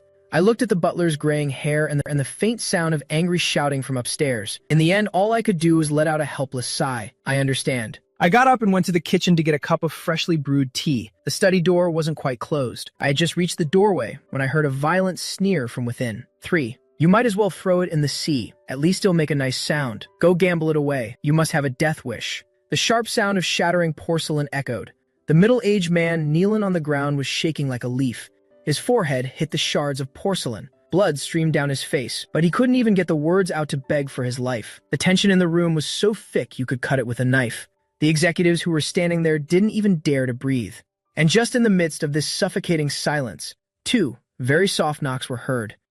Everyone flinched. However, the woman sitting in the executive chair, Jiang Wanning, radiating a violent aura, heard the sound and the corner of her brow twitched ever so slightly. Her cold gaze swept towards the door. I walked in carrying a tray and walked straight to the desk and gently placed the cup of ginseng tea beside her hand. Miss Jiang, please have some tea and calm down. Everyone held their breath, anticipating the young lady's inevitable outburst. But then, a miracle happened. Jiang Wanning's previously tense jawline, as she caught the familiar scent on me, visibly relaxed. Throw him out, follow the rules, break one of his hands, take him to the police. The man on the ground felt as if he'd been granted a royal pardon, even if it meant losing a hand, but at least they'd be alive. Thank you, President Jiang. Thank you, President Jiang. The executives also retreated like a receding tide. Before they left, they all couldn't help but steal a glance at me. Their eyes were filled with gratitude, as if I were some kind of saint who had saved them from a living hell. The study soon returned to its quiet state. Jiang Wanning took a sip of her tea. He reached out and, as he often did, gently squeezed my fingers that were hanging by my side. The butler sent you. I thought you might be thirsty. Jiang Wanning let out a soft chuckle. She didn't call me out on my little trick. He set the teacup down. He stood up and smoothed his slightly disheveled hair. All right, stop standing there gawking. Go get changed. I'm going out. Jiang Wanning walked over to the dressing table. She picked up a pair of pearl earrings, but instead of putting them on herself, instead she looked at me through the mirror. Her cool gaze was fixed on me from behind. She turned around, her chin tilted up slightly, feeling the cool, pale line of her neck. Her posture was regal, as if she expected nothing less. What are you spacing out for? Come put this earring on me. All I could see was a slight tremor, but seeing the brook, no argument look in her eyes, I had no choice but to walk over. We were so close. I could feel the warmth of her breath, and Jiang Wanning, she looked up at me. Her gaze landed unabashedly on my focused eyes and brows. Her hand rested lightly on my waist. There we go. I put on my earring. I was just about to take a step back to create some distance, but Jiang Wanning grabbed my waist. She wouldn't let me move. Hey, go upstairs and get a coat. With that, she let go of me. She turned and grabbed her coat from the rack and dropped a bombshell that made my heart stop. Come with me. Where to? I'm taking you to an event. Jiang Wanning stood in the play of light and shadow at the entrance, twirling the Buddhist prayer beads on her wrist. So, you've been hiding all this time. If those people outside still can't take a hint. But the threshold of this Jiang garden is about to be worn down by all the visitors. 8 p.m. The night was as dark as ink. Once the Lanting car came to a stop, the bodyguard respectfully opened the car door. Jiang Wanning stepped out of the car. But he didn't leave right away. Instead, he stood by the car door, leaning slightly to the side. Then, I climbed out of the car. Jiang Wanning noticed me stiffen and hunch my shoulders. Are you cold? No, I'm not. I'm just a little scared. The atmosphere here is so suffocating. Black-clad bodyguards were everywhere. Even the attendants at the door stood with their heads bowed, not daring to look up. The air was thick with an indescribable, austere atmosphere. What are you afraid of? I'm here. No one in the capital dares to touch me. Finish what you were saying. She took my arm and headed straight for the main gate. We passed through a winding corridor. The surroundings grew more and more secluded. Several waiters in traditional Tang suits saw Jiang Wanning and immediately bowed at a perfect 90-degree angle. I'd never seen anything like it. I'm already socially awkward to begin with. Plus the oppressive atmosphere of this high society scene, a world I'd never set foot in before, instinctively making me feel uneasy. Jiang Wanning, by my side, became my only anchor. Jiang Wanning turned to the side and looked at me with a half smile. Give me your hand, she said. She held out her left hand, the one with the Buddhist prayer beads. I froze for a second, before I could even react. Losing patience, he immediately flipped his hand over and clasped mine. And just like that, she clasped my warm, large hand in hers. My heart was pounding. Miss Jiang. Jiang Wanning's eyes were fixed straight ahead. She grabbed my hand and pulled me along. Stay close. There are a lot of mazes in here. If you get lost, I'm not looking for you. Jiang Wanning's fingers clamped down on my wrist like a vice, the force of her grip. This isn't about being afraid. I'll get lost. She was clearly afraid it'd run away. The most exclusive private room in the innermost part of the Orchid Pavilion. The heavy carved wooden door was shut tight. Faint laughter and chatter could be heard from within. The bodyguard at the door saw Jiang Wanning, immediately pushed the door open with a respectful bow. Miss Jiang has arrived. With that announcement, the once noisy private room fell silent in an instant. Holding Jiang Wanning's hand, I stepped across the high threshold in a single stride. The private room was hazy with smoke. Seated inside were 7 or 8 young women, all dressed to the nines. When all eyes snapped toward us in unison, everyone's expression froze. The one who's always kept men at arm's length, Jiang Wanning, the woman rumored to have severe misophobia and androphobia, was actually holding hands with a man. One was seated at the head of the table. The woman in the qipao was the first to react. Her eyes flickered teasingly over our clasped hands. Well, speak of the devil, Wanning, and where did this handsome young man come from? How come I've never seen him with Jiang Wanning before? Ignoring the stares from everyone around, he led me to the very center of the sofa. He pressed his hand on my shoulder and had me sit down beside him. Only then did he leisurely sit down. So, that's the woman in the qipao who's supposed to cure headaches. He leaned in and lowered his voice. He looks pretty young. He's probably still a student. I was being looked at as if I were a piece of merchandise. The way they looked at me made my skin crawl. I instinctively shrank back behind Jiang Wanning. This movement caused me to bump right into Jiang Wanning's arm. Jiang Wanning glanced up, shooting a cold look at the woman in the qipao. What are you looking at? You got a problem with your eyes. The one in the qipao flinched. She awkwardly rubbed her nose. All right, I'm not looking. All right, I'm not looking, okay? It's all blurry, like I'm staring at your eyeball. Jiang Wanning ignored him. She just turned her head to look at him, cowering behind her, me quivering like a little quail. He reached out with his fingertips, brushing, whether on purpose or not, against my burning earlobe. Sit still. Don't run off. Don't look around. If you get snatched away by those she-wolves, it'll get angry, you know? The lights in the private room were dim. The air was thick with a mingled sense of expensive perfume and alcohol, causing Jiang Wanning to frown almost imperceptibly. He had always loathed these kinds of stuffy, chaotic environments. If it weren't for the development rights to that plot of land in the south, he wouldn't normally set foot in a place like this for anything.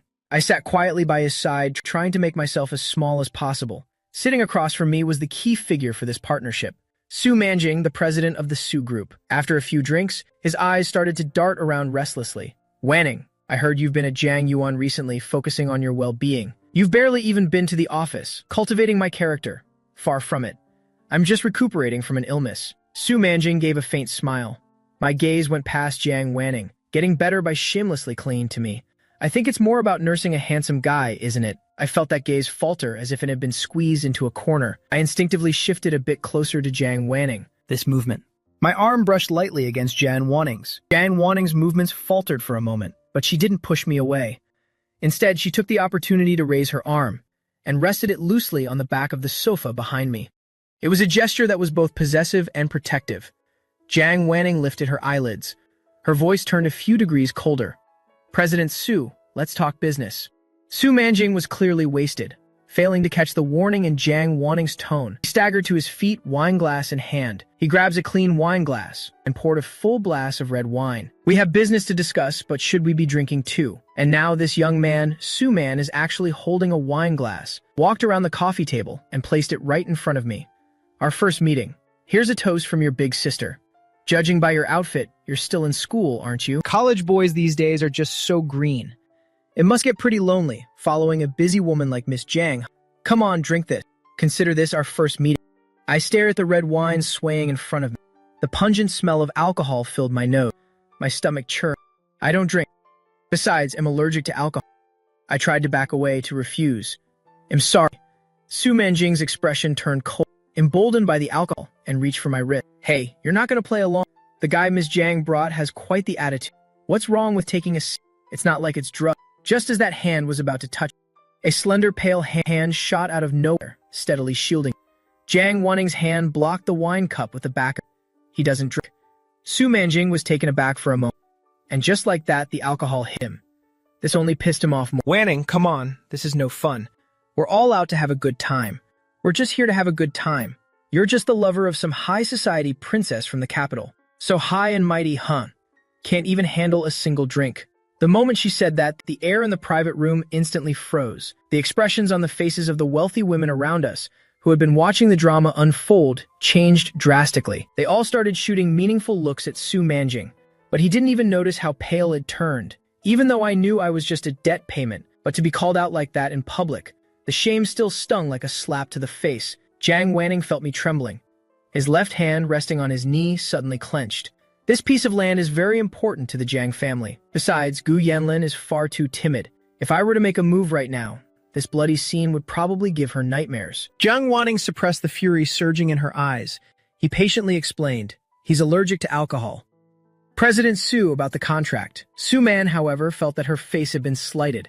Humiliated and furious, he slammed his wine glass down hard onto the marble coffee table. This allergy is just an excuse. The bottom of the glass slammed violently against the hard marble, letting out a sharp, ear-splitting crack. Red wine splatters out, splattering across the table, like a glaring stain of blood. The sound was deafening. But for Jiang Wanning, this deafening blast was like a rusty saw, savagely sawing open his skull, stabbing straight into her most vulnerable auditory nerve.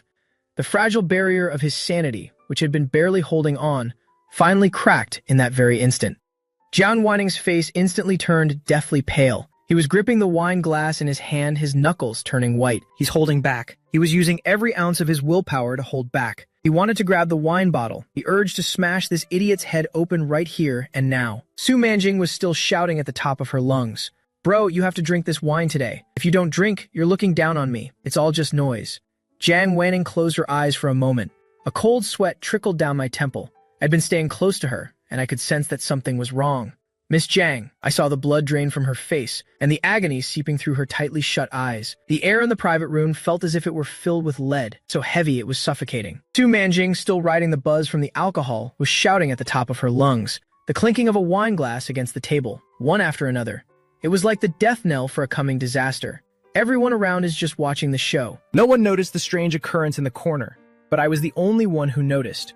I was the closest to Jiang Wanning. So close that I could clearly sense the sudden shift in his energy. As a practitioner of traditional Chinese medicine, observation, listening, inquiry, and palpation are instincts etched into my very bones. I didn't spare a glance for the drunken oaf. My eyes were locked dead on Jiang Wanning's face. Jiang Wanning's breathing changed, those phoenix eyes. Her pupils were dilating violently at this moment. Finally, they contracted into a tiny needle point-like black dot. The whites of her eyes were rapidly filling with blood, a visible redness spreading before my very eyes. This is a sign of an overstimulated sympathetic nervous system. It's also the prelude to a severe bipolar episode, a sign that she's about to lose control. I know this state all too well on that stormy night, before she started choking me. That's the look. And in that very moment, the killing intent was palpable. Just in the nick of time, a faint sensation suddenly came from under the table. Jiang Wanning's entire body froze. Without me even realizing, my hand, which had been hanging by my side, had quietly reached out. I didn't take her hand, though. Instead, I just extended my slender little finger and gently, tentatively, hooked my pinky finger with Jiang Wanning's. Then, the tip of my finger twitched slightly. Against the edge of his sweaty, burning palm, he gave it a gentle scratch, again and again. This slight ticklish sensation, but it was like a faint yet firm electric current. In an instant, it pierced through the sensory defenses Jiang Wanning had sealed off from the noise. Yang Yi traced the lines on her palm, sending a tingling sensation all the way up her wrist, and crept up his spine, and finally burrowed into his brain, which felt like it was about to explode. The sharp red alarm bells in Jiang Wanning's mind. But for a fleeting moment, the sensation in his palm, like a kitten's gentle scratch, made him freeze. He slowly lowered his head. Her gaze shifted away from her intended victim and landed on me, right by her side. I didn't make a sound. Instead, I just mouthed the words, making no sound. Miss Jiang, don't be angry. Under the table, my pinky finger hooked hers again. It was a clumsy gesture, filled with both appeasement and plea. The tension in Jiang Wanning's jaw finally eased, just a little. The terrifying needle-like glint in her pupils slowly faded away. Her breathing grew heavy once more. He said nothing. With just a swift turn of his hand, the hand that was meant to strike someone, and let go of the wine glass. And under the table, he precisely caught the hand that was causing all the trouble. But this time, he didn't squeeze hard enough to hurt me. Instead, he took her soft, delicate hand and held it snugly, completely enveloped in my large, scorching palm. It was the grip of a drowning man clutching at his only piece of driftwood. It was also a mad dog finally sinking its teeth into its only bone. The wine cup was placed back on the table. Jiang Wanning leaned back and sank back into the sofa. Although the crimson in his eyes hadn't completely faded, but the ferocity in her eyes had already subsided. President Su, allow me to drink this on his behalf. But after this one glass, the profit margin on this contract, the profit carrying the chill of late autumn rushed against my face. I took a deep breath, trying to wash away the stale, heavy smell of alcohol. Back in the private room. Even though Jiang Wanning took the drink for me, but the tense confrontational atmosphere still left my limbs feeling weak. The cold sweat on my back had soaked right through my shirt. Jiang Wanning was walking right beside me, except for the fact that her face was a few shades paler than usual. She looked no different from the haughty young lady she always was, but only I knew what my wrist gripped tightly in her hand was going through. Right now, it feels like it's about to snap in two. Just as the bodyguard opened the door to the Ferrari, a voice tinged with sarcasm and a hint of mockery suddenly cut through the shadows of the parking lot. Leaving so soon, President Jiang, I felt the hand gripping my wrist tighten suddenly. A middle-aged woman with delicate, almost androgynous features. She strolled over leisurely with a few attendants in tow. It's Rong Shuir, the young lady of the Rong family. The Jiang family's longtime arch-rivals in the business world. Jiang Wanning stopped in her tracks. Her expression was indifferent. To what do I owe the pleasure, President Rong? Rong Shuir took a couple of steps closer. She lowered her voice and chuckled. Nothing much. I just heard that Mr. Su's little get-together tonight really set our Mr. Jiang off. Wanning, and not here to be a housekeeper. In telling you, with your condition, you really shouldn't be out and about so much. My heart skipped a beat. But Rong Shuir didn't stop there. Instead, she took a step forward. In a voice so low that only a few people could hear, she continued venomously. But I've heard things, you know. You've been taking your medication more and more frequently lately. What a shame, this entire Jiang family fortune. And whatever you do, don't end up like your crazy mother, Rong Shuir. The corners of his mouth curled into a cruel smirk. Each word deliberately and cruelly dug into Jiang Wanning's most festering wound. When he jumped from the 28th floor back then, and his brains splattered all over the ground, if you were to follow in his footsteps, then the high society crowd would have one less person to laugh at. All I heard was a loud buzzing in my head. I stared at Jiang Wanning in terror. That was her mother. That was the one thing she absolutely could not touch. The one thing that would set her off. And even the very source of the curse, the hereditary mental illness that plagued the family. The air was dead silent. The surrounding bodyguards all had their hands on their waists. All it would take was a single glance from Jiang Wanning. Rong Shuir, you're not walking out of this parking lot on your own 2 feet tonight. However, the expected catastrophe didn't unfold under the dim, yellow glow of the streetlights. Jiang Wanning actually smiled. Auntie Rong, you're funny. I really should take better care of myself. After all. She paused. She stepped forward and reached out to straighten Rong Shuir's collar. Her gentle tone sent a chill down one's spine. After all, if I were to die, then who will be there to put the Rong family in their grave? Rong Shuir's smile froze on her face. Before she could even react, Jiang Wanning had already patted her on the shoulder, as if she were brushing off something filthy. Then she turned, grabbed me, I was still in a daze, and pulled me straight into the car. The moment the car door slammed shut, the smile on Jiang Wanning's face was like a mask that had been torn to shreds, vanishing in the blink of an eye. Replacing it was a suffocating silence, heavy and grim. He gave the driver an order.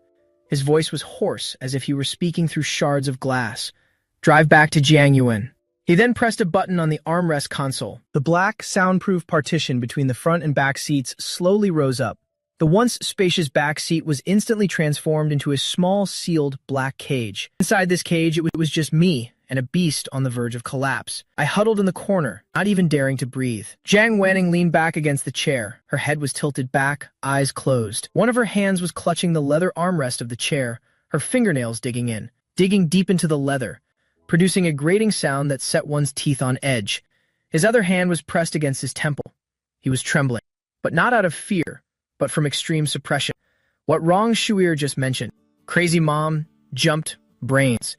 These words were on an endless loop in his mind, morphing into a piercing noise, mixed with the tapping sound from Su Manjing earlier. It was like a tsunami crashing inside his head. With the last shred of his sanity, he locked himself in this cramped space. She didn't want the driver up front to hear a thing, nor did she want any outsiders to see her in such a wretched state. I watched as he struggled in agony. It felt like something was twisting in my chest. She tentatively reached out her hand. I wanted to grab his sleeve. Miss Jiang, don't touch me. Don't talk. Don't look at me. And too dangerous right now. I'm afraid if I open my eyes, I won't be able to stop myself and see blood in this tiny carriage, even if it means completely closing myself off from the only shield I have by my side. The carriage was plunged into absolute darkness and dead silence.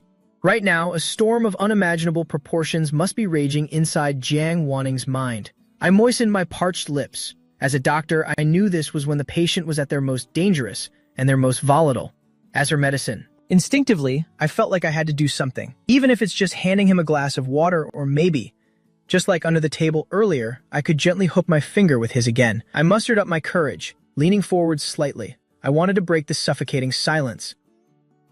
"Miss Jiang, shut up." In the darkness, the woman who had her eyes closed. The words hissed out from between her teeth, cold and violent, devoid of any warmth. I froze on the spot, terrified.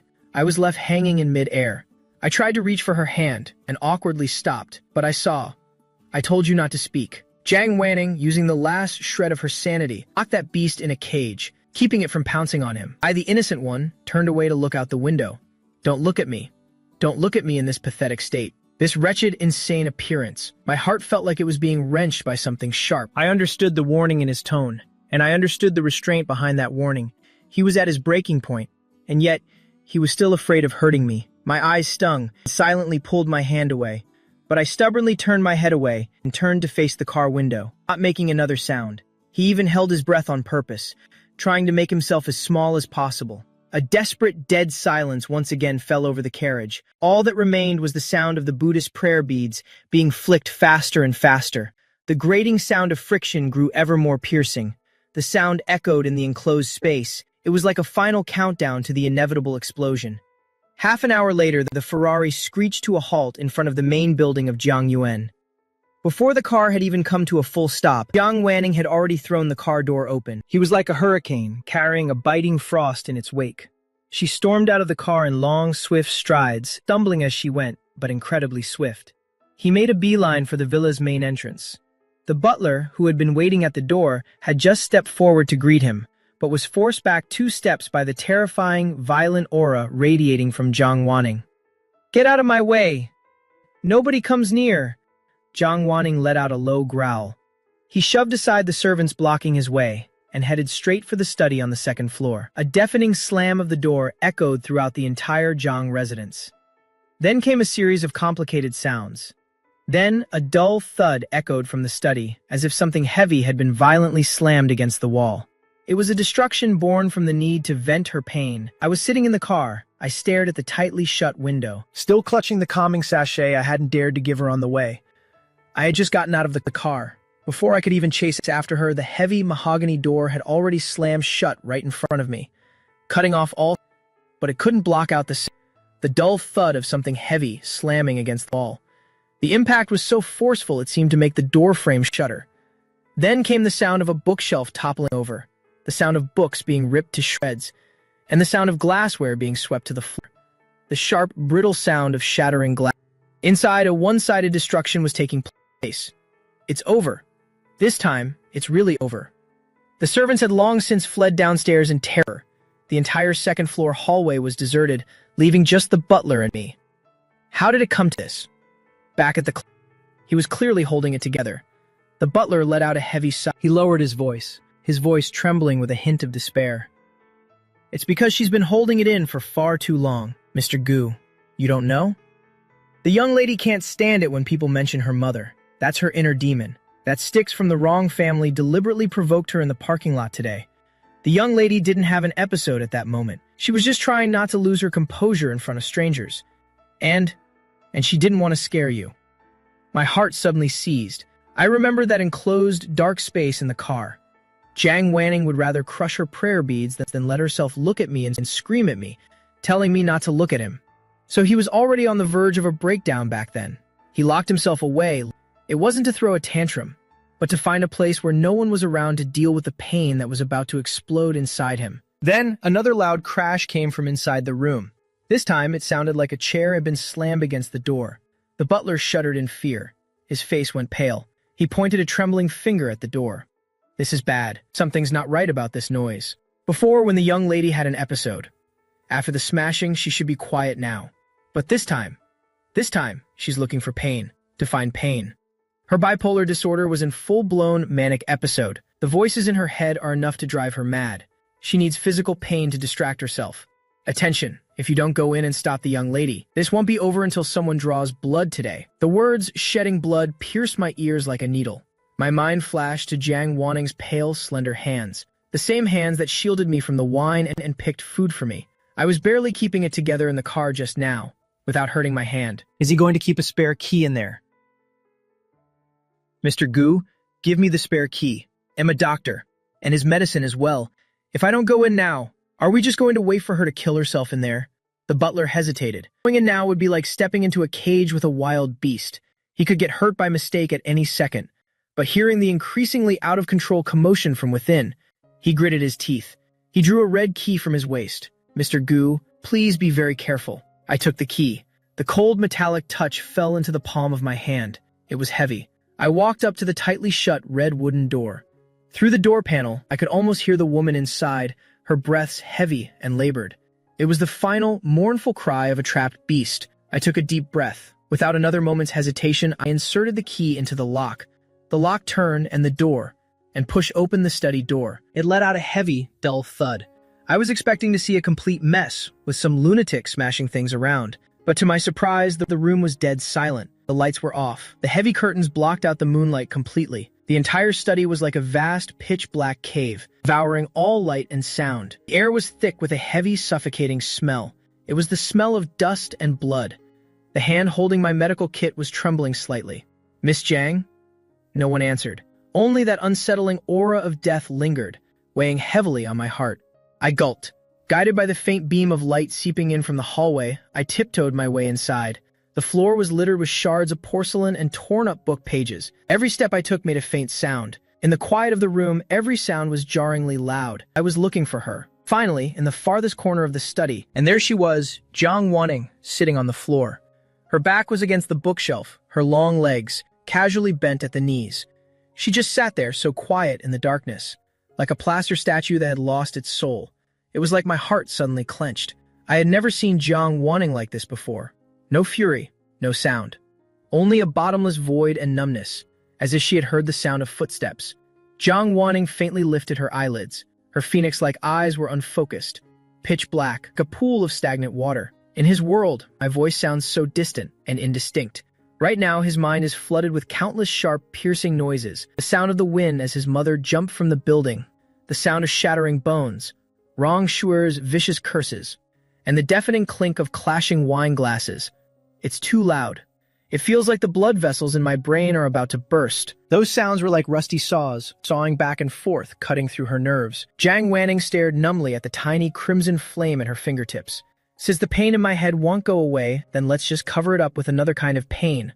One that's more direct, more intense. If the physical pain is greater, the pain in my head will go away. This was the law of survival he had learned in the asylum over many years. Jiang Wanning raised her hand, her face devoid of any expression. She stared at the menacing black thorn tattoo on the back of her left hand. She got it to cover up scars from the past, a symbol of pain and bondage. The next second, then he did something that made my blood run cold. He was actually holding that cigarette, the one burning at its brightest and hottest, and slowly, without any hesitation, pressed it against the forearm tattoo on the back of his hand. In that instant, it was as if I could hear the sizzle of flesh burning under the intense heat, a sickening, acrid smell of burning.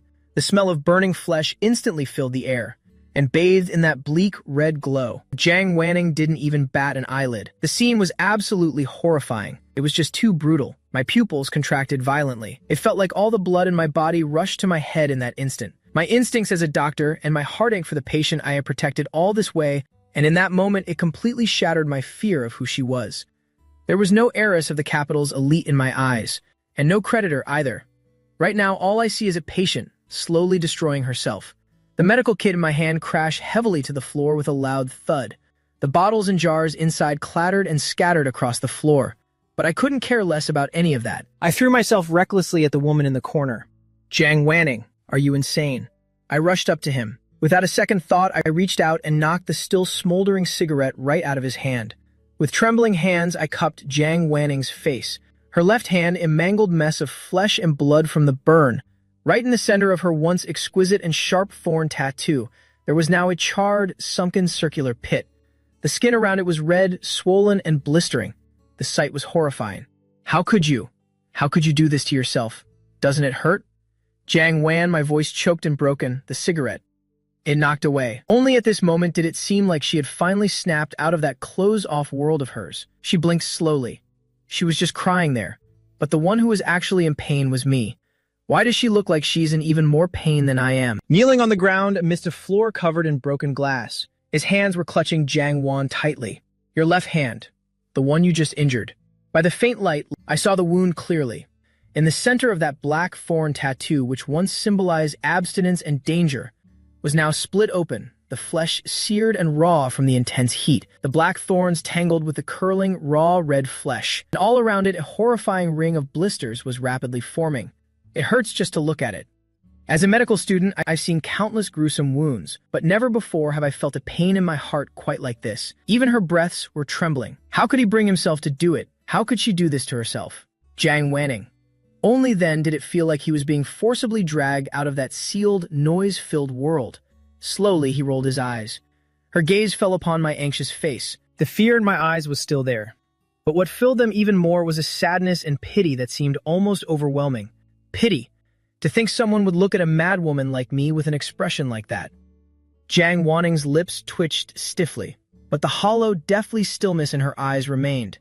Instead, the pleasure of her self-destruction was interrupted and was instead filled with a violent, seething irritation. Who let you in? He tried to pull his hand back, but I held on tight. Gu Yanhai, I told you to get out. Get out before I decide to strangle you. Someone as filthy and broken as me. A monster with the blood of a madman flowing through its veins. I deserve to rot in the darkness. Anyone else? Hearing a warning so full of murderous intent would have been scared out of their wits and bolted for the door. But I didn't. I looked into his eyes, and they were so empty it was terrifying. I watched as he deliberately raised all those spikes on his body, trying to push me away. I didn't let go. Instead, I gripped his hand even tighter. I'm not leaving. I'm your doctor. I'm leaving. What about your hand? Do you want to cripple him? He yelled at her. This little rabbit, who's usually too timid to even raise his voice, suddenly yelled. Jiang, the Yama of the Beijing elite circle. Wanning froze. In the split second, she was stunned. In a panic, I fumbled a tube of burn ointment from my pocket that I always carry with me. With trembling fingers, I twisted the cap open and squeezed out a large dollop of the clear, cool ointment. Don't move, please. Don't touch me. And yet his touch was impossibly gentle. The cool pad of his finger was coated with ointment, carefully applying it along the edge of the gruesome wound. It was a sensation Jiang Wanning had never experienced before. It doesn't hurt. It's cool and so soft. That cooling sensation spreading along her nerve endings, and miraculously, it overwhelmed the searing pain that had been piercing her to the core. Jiang Wanning's body, once so tense, the muscles that wanted to push me away and without even realizing it, began to relax. In the dim light, she gazed at the man kneeling before her. He was trembling. He was afraid. And yet he stubbornly held out his own mangled hand, as if he were holding some rare, priceless treasure. After applying the ointment, I lowered my head and leaned closer to the wound, and gently blew on it. There, the pain will go away if I blow on it. Jiang Wanning, don't do this. I'll make you better.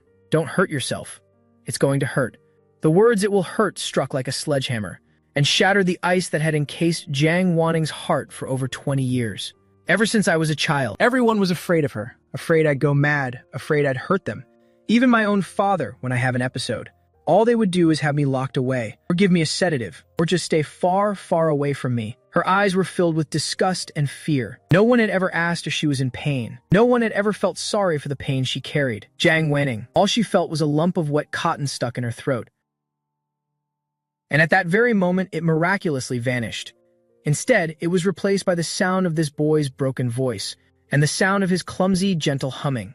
That voice. It's so beautiful. More beautiful than any music in the world. Faint glimmer of focus slowly appeared in Jiang Wanning's hollow, lifeless eyes. That glimmer of focus gradually sharpened until it finally formed a reflection of me. The ointment was applied, a transparent, gelatinous layer, covering the charred and gruesome wound. 隔绝了空气 and temporarily numbed the heart-piercing, burning pain. But Jiang Wanning didn't get any better. On the contrary, once the searing pain that had been numbing her nerves subsided, a different, deeper, and far more terrifying reaction swept over her. Jiang Wanning's entire body was seized by uncontrollable, violent tremors. The air conditioning in the study wasn't even set very low, but it was as if she were naked, thrown into an ice house. It was the aftermath of a bipolar episode, a physical collapse from the sharp drop in adrenaline, someone who had lived in darkness for years, the exhaustion that follows extreme narcissism and self-destruction. In the silent space, I could even hear the sound of his teeth chattering uncontrollably. In front of Jiang Wanning, her hands were still cradling his injured left hand. I can feel him trembling, and I could clearly sense his helplessness and vulnerability in that moment. That same Jiang Wanning, the one who was so powerful and untouchable in the capital's social circles. The same woman who was just trying to strangle me a moment ago. The same Jiang Wanning who told me to get lost. But now she was as fragile as a piece of paper, ready to tear at the slightest touch. "Are you cold?" Jiang Wanning didn't answer. Or maybe she couldn't make a sound at all. She just mechanically tried to pull her hand away from mine. She just wanted to curl back up in that dark corner of hers. "Look. Don't look at me. I'm a mess. It's too ugly." I watched him shrink away from me. My heart felt like a ball of vinegar-soaked cotton had been stuffed into it. A sour, aching tightness. It's because she couldn't stand to hear others curse him. Her mother was a mad woman. She can't stand to hear those curses. That's what drove her to become like this. He's not a monster. He's just a sick man who's never been loved. "I'm not leaving." I sniffled. The next moment, I did something bold. I shuffled forward on my knees. Even though the carpet was littered with shards of porcelain and glass, a sharp stinging pain shot through my knees. But I didn't stop. I walked up to Jiang Wanning, and then I opened my arms, like a small bird trying to warm a frozen traveler. And without a second thought, I held her in a tight embrace. Jiang Wanning's body, which had been trembling violently, in that instant, it was as if she had been frozen by a spell. It suddenly went rigid. What is this? Warm, soft. A touch that's so full of life. Not the kind of contact that recoils in fear, nor was it the forced submission of someone trying to stay alive. "Miss Jiang, don't tremble. Stop hurting. Will you? I'm right here." Jiang Wanning sat there stiff as a board.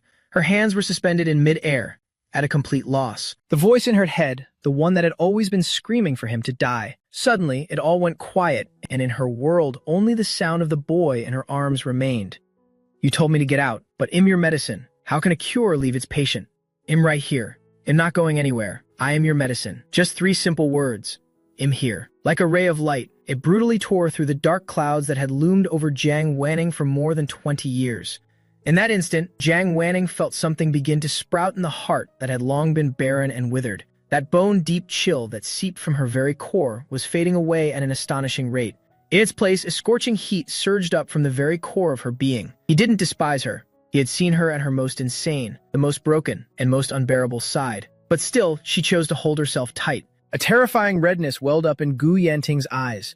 But this time, he didn't push my hand away as it hung in the air. It slowly descended, trembling, and landed on my back. The moment that uninjured right hand touched my back, it was as if his entire body had been struck by a high-voltage current. That long-lost, living warmth of a human body, and it shot frantically through his fingertips, searing into his body. For the first time in 25 years, it was the first time Jiang Wanning had ever been seen at her most vulnerable and hideous in the throes of her illness. No one was avoiding her like she was the plague. No one tried to sedate her. No one shackled her with chains. And no one looked at her with the eyes of someone staring at a monster. There was only warmth, the man who carried the scent of medicine. Ignoring the shards of glass scattered all over the floor, he knelt before her and opened his arms to her and pulled her filthy, broken body into his arms. "The pain will stop now. I'm here." Those words were the final key, unlocking the Pandora's box of her desires. In that single second, the ashen, empty void in Jiang Wanning's eyes rapidly crumbled. In its place was a force that erupted from the very depths of her soul. A maddening craving, intense enough to burn away all reason, was still not enough. Simply holding herself like this was nowhere near enough. Every cell in her body was screaming. It was the desperate rebound of skin hunger, suppressed to its absolute limit. She had been cold for far too long. This body has been left to rot in the darkness for far too long. Now, suddenly seeing the light. All he wanted was to cling to this light for dear life. Gu Yexing. The next second, the person who had been passive just a moment ago suddenly moved, even with a burn on the back of his left hand freshly treated with medicine, and he didn't seem to feel any pain at all. He suddenly tightened his arms. The force of that sudden movement was astonishingly strong. It felt like he was going to snap my waist in two, and just like that, the last sliver of space between them vanished completely. "Miss Jiang." I started to panic. She was so strong. So strong, it was suffocating me. But Jiang Wanning couldn't hear a thing. Her sanity has completely snapped. What's controlling this body now is an instinct called greed. He lowered his head. That pale, beautiful face buried itself in the crook of my neck. It wasn't just about the scent. It was the tip of a cold, possessive nose, pressing against my warm skin, sending shivers down my spine. It smells so good." Jiang Wanning murmured, her words slurred. Then I felt a warm, wet touch. She was caressing it with her lips. Her touch on my skin. It wasn't just caressing. It was because she was so desperate for that tangible sense of touch. Jiang Wanning couldn't even stop herself from parting her lips and gently grinding her teeth against that small, soft patch of flesh on the side of my neck. Jiang Wanning, gently. It tickles. The study was dead silent. The only sounds were the faint rustle of fabric and the woman's increasingly intoxicated breathing. That morbid attachment festered and grew wildly in this dark corner. Jiang Wanning's eyes were closed, her cheek pressed tightly against my carotid artery, listening to the strong heartbeat coming from there. Her frenzied, restless heart finally settled back into place as if by a miracle. It's alive. And warm. This moment all to herself lasted for a long, long time. Jiang Wanning finally stopped. You came to me of your own accord, since you're holding me. Then don't even think about letting go for the rest of your life. He was choking me. I could barely breathe. In a daze, I listened to this vow that felt more like a curse. I had no idea yet. And in that very moment, with my own hands, I opened the cage that held the beast and offered myself as the sacrifice and became a permanent part of the cage. The air in the study was finally no longer so tense, it was suffocating. On the verge of destruction, all the violent energy in the air seemed to dissolve in that long, tight embrace, began to recede like the tide. The crimson in Jiang Wanning's eyes faded. Her sanity slowly returned, but he didn't let go. Instead, it was as if he had found a switch that could soothe her very soul. And that switch was the man holding her. I was kneeling on the ground, my legs have long since fallen asleep. Plus, I was still stuck in the position where she had me in a death grip. My back is about to break. Miss Jiang, are you feeling any better? The floor is cold and it's covered in broken glass. Let's get up first, okay? Jiang Wanning didn't move. He rested his chin on me. But her arms around me didn't loosen, not even by a millimeter. Then, you'll have to let go of me first. I'll go tidy up the medicine box. Her hand means to be rebandaged. Before he could finish his sentence, the woman, who just moments ago was as quiet as a big cat, suddenly, her brow furrowed. He gasped. Her head snapped up. Her beautiful, deathly pale face contorted with undisguised agony. My heart sank. My instincts as a doctor kicked in, and I tensed up instantly. What's wrong? Where does it hurt? My heart sank. My instincts as a doctor kicked in, and I tensed up instantly. Jiang Wanning lowered her eyelids. She raised her left hand, the one that had been burned, and waved it in front of me. The pain in my hand. It's a sad kind of pain. I stared at the gruesome wound. My heart softened. I was about to say. Jiang Wanning raised her right hand again and pressed her temples. Her brows were knotted in a deep frown, and my head hurts. It feels like a saw is cutting through it. Before I could even say a word, he then placed his hand over his heart again and stared at me with a distant, sorrowful look. And it hurts here too. I was stunned. That's where her heart is. Is this chest pain angina? Or is it an irregular heartbeat? Her last episode must have caused some complications, I said, reaching out to check his pulse. Jiang Wanning pulled away from my hand. Those eyes were fixed right on me. Her tone was both plaintive and dangerous. If you leave, then my whole body will ache. My hand froze in mid-air. Okay, now I get it. These are not complications. This is just plain shameless. The once ruthless and decisive socialite of the capital is now playing the sick card. This is a blatant setup. I let out a helpless sigh. I'm not leaving. I just want to help you back to your room to rest. Jiang Wanning stared at me for a few seconds, as if weighing the truth of my words. Finally, she mercifully lessened her grip a little, but she was still holding onto my wrist. Instead, as if it were the most natural thing in the world, he reached out his hand. Resigned to my fate, I became her crutch and helped the tall woman up from the carpet. Jiang Wanning was practically putting all her weight on me. Her scorching body heat seeped through the thin fabric of her clothes. It was so hot it made my ears burn. The two of us stepped out of the devastated study. The master bedroom was right next door. Pushing open the heavy double doors, a chill, snow-like fragrance washed over me. Jiang Wanning's bedroom was immense. It was spacious, almost to the point of being cold and desolate. In the very center stood a massive, custom-made black bed. Please, lie down and get some rest. I helped her over to the bed. Just as I was about to turn and head back to my room, my wrist was grabbed. A powerful force yanked me back. I was yanked down completely. I was thrown face down onto the soft, large bed. Before I could even struggle to my feet, a delicate, soft body was already pressing down on me. I was scared out of my mind. I scrambled away on all fours, desperate to get out. I heard Jiang Wanning's voice, and then she wrapped her arms around me from behind with one hand and locked its grip around my waist. Then a long leg possessively pinned both of mine down. Sleep here tonight. This isn't proper. Men and women should not be so intimate. Besides, you're my medicine. If my medicine isn't by my side, what if she has an episode in the middle of the night? Do you want me to die in pain? But there was no. But Jiang Wanning buried her face in the crook of my neck and took a deep breath. The soothing scent on me. Her agitated nerves finally calmed completely, and she fell asleep. He closed his eyes. Her voice was thick with exhaustion and contentment. "You're just chatting with Yan, aren't you?" "Yeah, right. So you're not going to move, huh? Now you're all over me, wrapped around me like an octopus. What is this supposed to mean?" Jiang Wanning's arm was draped across my waist. As for her injured left hand, to avoid touching the wound, it was deliberately held in the air, resting on me. And her leg was even more possessively pressed against mine, leaving me completely pinned down. Slowly, the breathing behind me became steady and even. Jiang Wanning was truly asleep. This was probably the fastest and most peaceful sleep Shed had in years. My body, which had been so tense, finally began to relax at the sound of her steady breathing, and slowly began to relax as well. I turned my head. By the moonlight, I glanced at the sleeping woman's profile behind me. Her face, usually so cold and distant, was now completely defenseless. Her long eyelashes were cast downwards. She actually looked kind of sweet and docile. She really thinks she's a baby, doesn't she? Before I knew it, the fear in my heart had faded quite a bit, and in its place a sense of helpless resignation. Forget it.